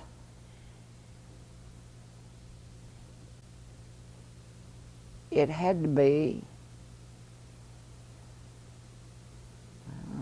gosh, let me think. The first one I remember hearing about was Franklin Roosevelt, because Daddy talked about the WPA jobs that he worked on. And other than that, I never paid much attention, because we didn't have any. There was no communications back then. You didn't hear about it. You didn't have newspapers, radio, TV, none of that. Telephones, nothing. So if you heard about something, it was somebody that had come to town and had read it or heard it from somebody who had read it. So, news was not something that you heard a lot back then. And so that's the first one I remember hearing about, but I don't know that I really remembered him. I don't think I did, because no, he was before I was big enough to even know what a president was. So really and truly, I guess the first one I paid attention to was Kennedy. I guess that was the first one, because at that time I was in my 20s, and I can remember the day that he was killed because I was out selling encyclopedias that day. So basically that's probably the first one I ever paid attention to. When you were in school, Were there any famous people like movie stars or singers you really, really liked? Well, we listened to uh, some music, and I really don't know what it was. It was just country music, and I really don't. Movie stars, yeah, Lance LaRue. Whenever we got to go to a movie, we got to see him. He was on what they called it, a serial before your movie. I guess Gene Autry and Roy Rogers were, I guess those were pretty prevalent at that time, but I'm not, I really was never into that because we didn't, like I said, we didn't have the communication system, so about the only people that we saw or recognized was what we seen on a movie screen if we got to go to a movie. Tell me about what high school was like for you. Well,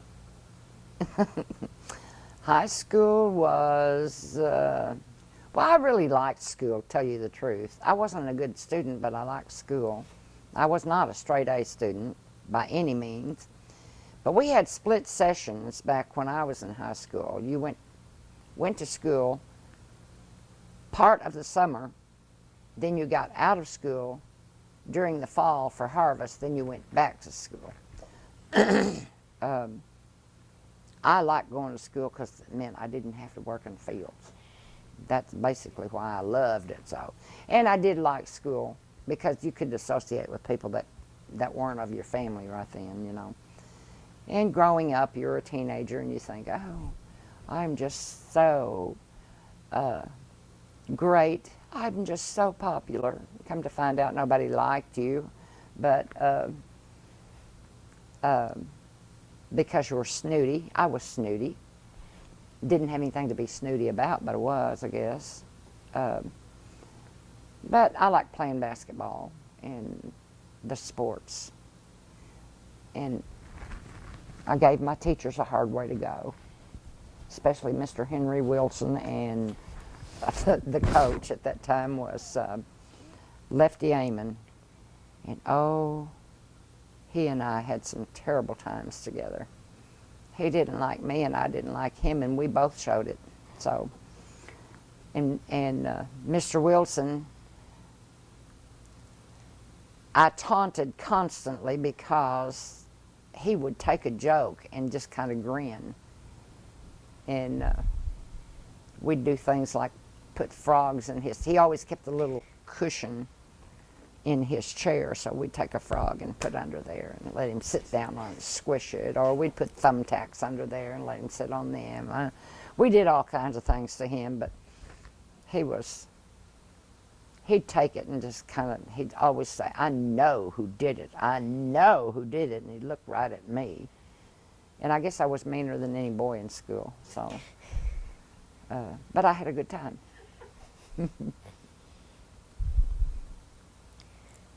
Tell me about a teacher you really liked.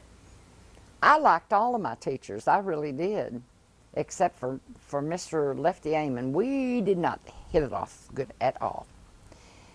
And I don't know why. To this day, I really don't know why we didn't hit it off, but we didn't. But other than that, I liked all my teachers. And Miss Alma was another one that I taunted horribly, Miss Alma Wolf. She would try to teach us manners, and of course, I had no manners. And I'll never forget one time we were fixing a tea with tea sandwiches, and we were going to entertain the teachers of the school, and this was a project so that we could learn how to be a social person and put on a little tea or something and have our manners showing and everything. Well, of course, you know me, I was like the total embarrassment of her, I guess. The teachers all got together and we were supposed to go around and serve these little sandwiches, and they had little sprigs of parsley on them. And we were supposed to be very nice and very kind, and what I did was I said, "You want one of these sandwiches with a little tree on it?" And that was not the way we were supposed to do it at all. She heard that, and she come and she shook me by the shoulder, and I said, "What did I do?" She said, "You know what you did." So anyway, she sent me back out there to do it again. Of course, I did it again. So she took me out and put me in the back washing dishes. When you were a teenager, what was the coolest fashions and how did teenagers wear their hair? When I was a teenager, the bouffant was in style. Of course, I never had enough hair to have a bouffant. My hair was real thin, so it just hung stringy, but the bouffant was in style. And the coolest fashions were jeans rolled up to your knee with a shirt starched and ironed, and bobby socks. And if you were going to go to a dance and you wore a skirt, which was a circle skirt, they called it then, which was a complete circle, and it, when you twirled around, of course, we were trying to get a little bit sexy at that time, I guess. So you'd whirl around so that the skirt would go out around you. You could see a little bit more of the leg, you know. But that was the style back then. How did you wear your hair? Stringy, just about all the time. Now I kind of worn my hair in a cut short. I've always worn my hair cut short because I don't have enough hair to wear it long. So it was just kind of in a short bob, more or less. And I never had enough to make it bouffant, but I used to tease it and try to make it look bouffant. But just mainly just everyday hair, because I didn't have enough to make it look really pretty. Do you remember having a favorite outfit? A favorite Outfit. outfit? Yeah, jeans and a t-shirt. I wore my brother's jeans and my brother's t-shirts. That was my favorite outfit. And other than that, we didn't ever go any place to dress up, so I really didn't know what dressing up was. When it came prom time, there was no such thing as a prom dress, so, you know, I didn't go to proms, but I went to a dance with Miss Miss Wolf, bless her heart. She tried to make a lady out of me, and she just couldn't. It was some kind of a dance, and she wanted me to go, and I can't even remember what it was for. I don't know if it was a homecoming or what it was, but she said, "Now you have to wear a formal," and I said, "Formal what? I don't have a formal." And she's like, "Well, I've got one that I'll loan to you." And I was about her size at that time. So she brings this really pretty dress out. And I'm like, I wear that with my brogans? And I didn't know what to do because I didn't have what you call nice shoes, you know, Sunday shoes. You wore the same shoes all year. And I was like, so I said, "Well, I don't have any shoes to wear with that." And she said, "Oh, it's long, nobody will notice." So anyway, I went to this dance, and I was afraid to get out. I didn't know how to dance in the first place, but she was trying to show me. She gave me a few pointers on steps and things, and I was like, I ain't getting out there. Look at them girls. They've all got on pretty dresses and pretty shoes, and I get out there to dance and then see my brogans. I ain't going to do it. So she tried and tried and tried to get me to go out there. So finally I said, "Okay, if I can take my shoes off and go barefooted, I will." So she said, "Well, that's okay." So I did. I took off my shoes, and I got out there, and of course, I think it was Anderson Weld that said, "You want to dance?" And I was like, "Yeah." So he got me out there, and of course I did not know the first thing about dancing, and he was a pretty good dancer. And I stepped all over his feet. He stepped on my bare feet. We were just all over the floor like that. And when that dance was over, I told Miss Alma, "I want to go home. I don't like dances." She was like, "Oh, no, you have to stay, you have to stay. Just sit down and act like a lady." And I thought, that's impossible. So she never made a lady out of me. She tried hard, but she never made one out of me. What were some of the most fun or wildest things you and your friends did when you were a teenager? Well, I guess about the wildest thing I ever did was to go to Grundon's and go swimming. And, oh, and I remember me and Doyle Frazier had a date one night, and with Dorothy Adams and Leach, Neil Leach. And so my daddy said, "Okay, you can go, but you better be home by 11 o'clock. So Neil Leach had a car. So he comes out and picks me and Dorothy up, and then we go by and we get Doyle Frazier, and then we go to the movie. Well, the movie's over at 10 o'clock, so we've got an hour to get home. So we fool around till 10:30. Okay, we start out across the Bio Road out there, and he has a flat. And he has to walk back from the Bio all the way. They push this tire all the way, him and Doyle pushed this tire all the way from the Bio up to Buster. Then they had to go to Buster's house and get him up to come up there to fix the tire, because he didn't have a spare. It was an old clunker, and they didn't have a spare. So Buster gets the tire fixed. We come back and put it on, and of course, when I get home, it's 11:30. And while they're gone to town, I'm thinking, I better hike it home. And I said to Dorothy, me and Dorothy were out there, and I said, "You know what? If I don't get home by 11 o'clock, my daddy's going to whip my butt." And she said, "Oh, you can't leave me here, and I don't want to walk home," because she had had a lot farther to walk than I did, and she didn't want to stay there on the road in that car by herself. So she, "Oh, please don't leave me here, don't leave me here." So I'm like, well, okay, maybe they'll get back. Well, they didn't get back before 11, but my daddy was waiting up when I got home. He said, "What happened?" I said, "You won't ever believe it." And he said, "No, I won't," because he knew me. He thought I was telling him the story. Not that I was a liar, but I'd do anything to get out of whipping, and he knew it. And I said, "We had a flat, and they had to walk back."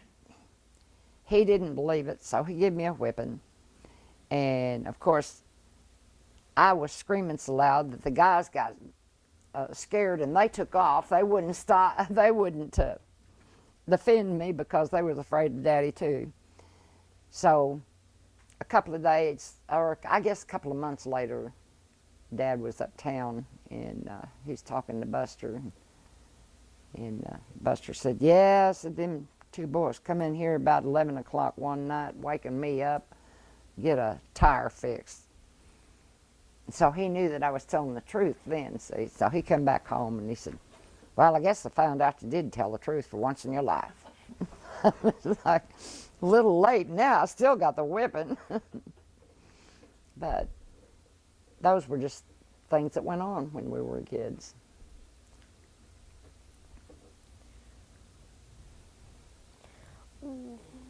Did you have a curfew? Have a what? Curfew. Oh, yeah. Whenever Daddy said, "Get home, you better be home." It might be 9 o'clock at night, it might be 6, it might be 11. You never knew. But whatever you didn't leave the house until he told you what time you had to be home. I guess it depended on what you were going to do and who you were going to do it with. Tell me what you remember about Grundon's. About what? Grundon's. Grundon's? Oh, that was just the hippest place in the world to go. You could go up there and they had a dance floor and a swimming pool, and they just everybody gathered up there in the summertime, and he had a screened-in area you could sit in and drink Cokes or do whatever. And yeah, keep the mosquitoes out. It was really a neat place. Everybody went there. That was just the hangout for all the kids. What was the movie theater like that you went to as a teenager?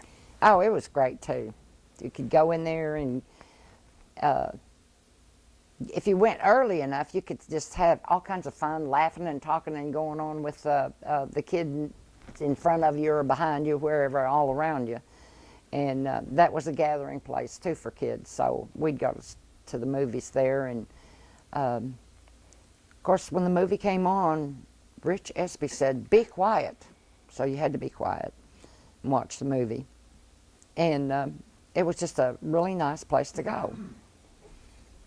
You remember the blacks sitting upstairs? Yes, the blacks had to sit upstairs.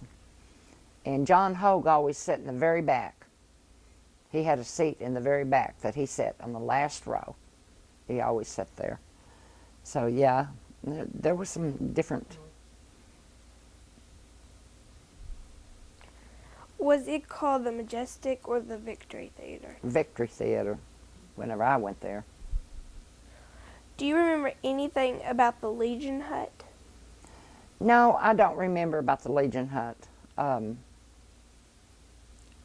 I don't even know if that building was there whenever I was here as a kid. Yes, it was. It was. That's okay. Stuff's what she remembers. We're going next one. What kind of music did you listen to as a teenager? Country western.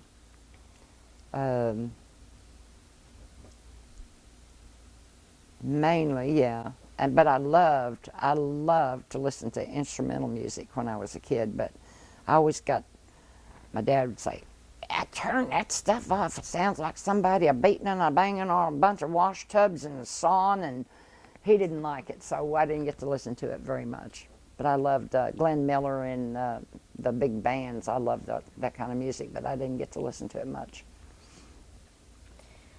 Can you remember having a favorite song? No, I liked all the songs back then.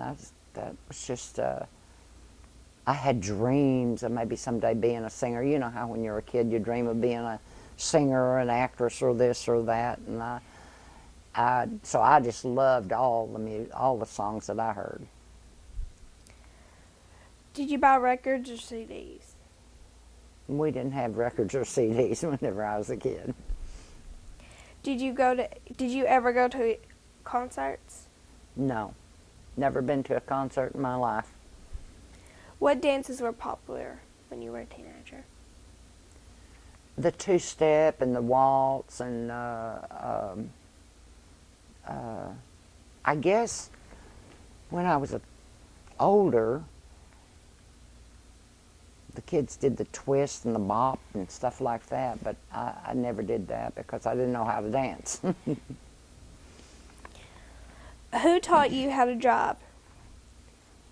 Well, I guess my daddy did. We were living out across the bayou, and he got a 1.5-ton truck one year. He bought an old used truck from somebody, and he let me drive it out in the field, and I learned how to shift and steer that thing out in the field. Then I never drove again until I got out in California, because I never had a car. We never had a car or anything. And you didn't take that old truck to town. It was too big and too old.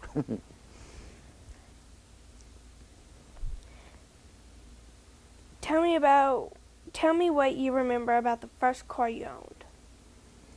The first car I owned was a 1948 Cadillac, and that was in 1956. And it was just a big old heavy car. But it'd go down the road. Tell me about someone you admired or looked up to when you were young. I'm not sure I took the time to admire anybody. um, I don't know. Anybody that I really admired, I just kind of went through life liking everybody.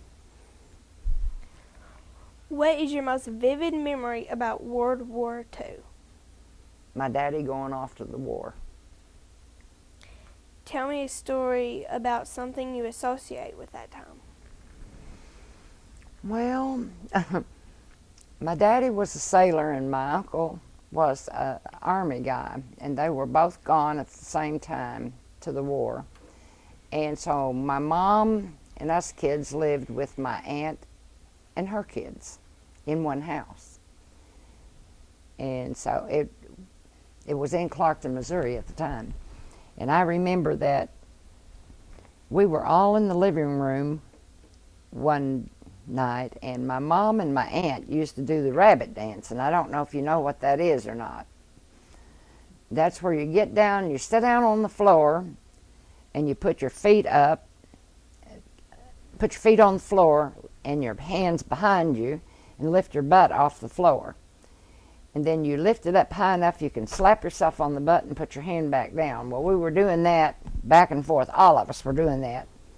And my aunt looked up and she saw a soldier standing in the door. And she thought it was her husband, which was my Uncle Claude. She jumps up off of the floor. She runs and hugs his neck before she realizes it's not her husband. He had stopped by because he heard all the commotion going on and knew there was somebody home. He had stopped by to ask directions to another place. So she was thoroughly embarrassed, and we thought it was hilarious because he was watching us all do the rabbit dance on the floor and wondering what he thought. So that, and then my dad came home from the war, and that's when we built a new house in Clarkton. Do you remember where you were when you heard about Pearl Harbor? Gee, no, I don't. I have no idea where I was. Did you go to college? I took one semester of art at an art school in Long Beach, California, and that's the only college I had. Who had a big influence on you when you were a teenager? Well, I'm not really sure anybody had a big influence on me because I was kind of independent. And actually, I guess my mom and dad had the most influence on me. Tell me about an object you have other than photos that is very important to you. Well, I fill my house up with all kinds of objects, but you know, none of them are important. I guess I've never been a materialist. If they all disappeared tomorrow, it'd be come see, come saw. I really can't think of anything that's very important to me in the way of an object, other than maybe my photos of my family. That's about the only thing I can think of. What did you do after high school or college? Well, after high school, I was moved to Bellflower, California. I went to work at a escrow company, and I showed up in a plaid skirt and a polka dot blouse, and I was laughed at all day long. And my job was at the switchboard. They had a switchboard. And my switchboard never stopped. It was constantly lit up with, "Hey y'all, what y'all doing?" mocking my way of talk. So I got laughed out of that job. Then I went to work for a doctor, and he was very nice. He taught me how to help him out in in the examination rooms and stuff like that. So I got my knowledge of medical work there, started there, and then I went to a medical assistant school in Flint, Michigan, whenever I worked up there. And I had to learn how to talk and to dress when I moved to California, because at that time, anybody that wasn't from California was an outsider, and they loved to make fun of you. And now, when you go to California, they say, "Come on, talk for us, talk for us." They love to hear this Southern talk. They want to hear it now because it reminds them of home. There are so many Southerners out there. But back then, it was a different story. They thought they were the upper crust of the New York people. So.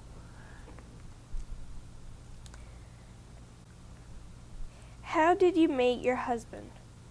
We went to school together. Tell me about when you got married. What was your wedding like? Well, I had a nice wedding. My mama made my wedding dress and made the dresses for the bridesmaid. And got married in the Baptist church in Weiner, Arkansas. I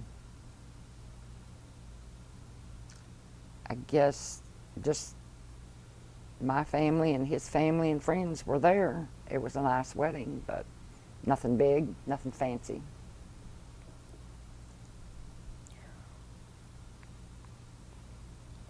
Did you go on a honeymoon? No. Is there a family recipe that throughout the years is always found on the table at family celebrations or dinners? Well, usually on Sunday morning, chocolate gravy. That's just been in our family for years, ever since I can remember. Chocolate gravy. And today, my grandkids always holler, "Grandma, can you make us chocolate gravy?" So on Sundays when we get together, and we just about every Sunday we have breakfast here. How do you make your chocolate gravy? I put chocolate in the pan, and I usually, it depends on how much I'm going to make, but then I put chocolate, then I put my sugar, and then my flour, and stir it all up. Then I put my milk in it and put it on the stove and cook it till it's a consistency of gravy. That's where the gravy part comes in. It's really chocolate pudding, but we call it chocolate gravy. Then you pour this over hot biscuits with butter on them, and it is the best. Tell me about something you have that has been passed down through your family that means a lot to you. The only thing I have that's been passed down is pictures. I've got some old pictures. I don't have any items per se that's been passed down. Everything that my mother had stayed over there in that house, so I don't have anything from that. And like I said, I'm not a materialist, so things like that really don't matter.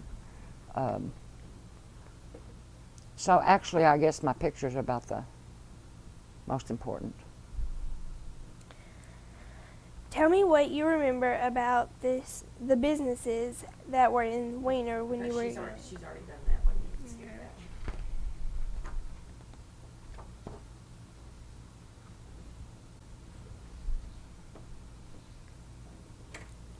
Tell me about the first television you remember seeing. First television I ever seen was in Una Mae McKnight's house. They bought I guess the first television that was in Weiner. And it was nothing but snow. You could barely see anything going on. And they had a boxing match on, and the house was standing full of people wanting to see this television. And all you could see was snow, and you could see a little bit of movement back there. Every now and then you could see outlines, but didn't have antennas, you didn't have TV stations, you didn't have anything here. So it was hard to pick up any picture. What, Jim? Wrestling and boxing.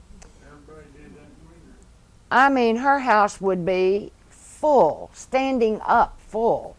just one right after the other, trying to dodge around and see that thing. It was a phenomenal thing in Weiner, Arkansas, that first TV. Of the inventions or discoveries that have been made in your lifetime, which has been your favorite and why? Television is my favorite. I love to sit down at night and watch television. That's my favorite. Is there an invention or discovery that is in use today to you that you do not like? No, I can't think of anything because I pretty much like all of them. I like fiddling with a computer. I like music. I like DVDs. I like just about everything. Other than World War II, tell me about what has been the biggest world event in your lifetime.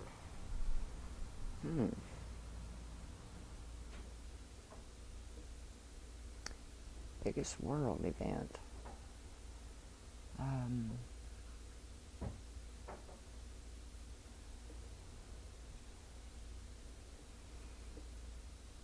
Gosh, as far as events go, I guess the one I remember the most is the Vietnam War. I was living in California at the time, and these just hordes and hordes of people would get up these protests, block your way. You couldn't get in and out of streets and things. So, and I remember arguing with the doctor that I worked for at the time. He was definitely against the war, and he even kind of supported some of these protest groups. And I was like, no, you can't do that. We argued a lot about it, but he didn't like it because he had two sons that were of the age they could go to the war. And he accused me of not caring because my kids weren't big enough to go. And we used to argue a lot about that. I would bring up the subject of, you are an escapee from the Holocaust in Austria, and you had to escape Hitler, and yet you say other people don't have the right to want freedom. And you know, we had a lot of discussions that way. I guess he was really the one that started me out on political issues. So that's probably the biggest event I can think of, outside of maybe watching the space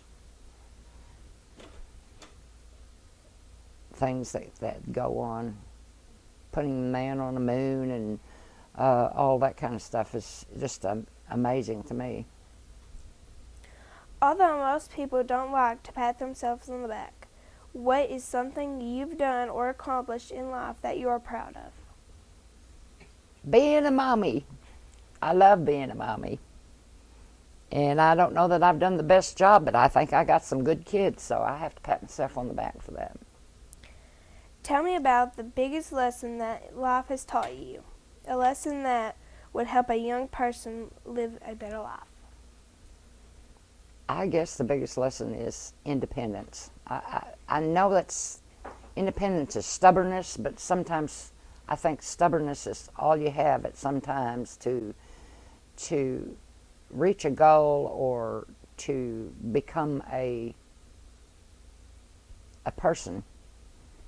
Too many people, I think, follow other people, and I'm not saying that other people don't have influence on you or good influence, which I think they do. You learn from them, but I see too many people that are led into situations that are not good for them because they either idolize or they're looking for somebody to tell them how to live their life. And I think independence makes you live your life the way you should be and not the way somebody else can dictate to you. Y'all excuse me a minute. Okay, You like that? she's just about through, so wait just a minute. You don't drink of lemonade No. or something? I know y'all This is been why here it's a long fun. time. All right, go ahead. Thank you for letting me interview you. Oh, you're welcome. It's been fun.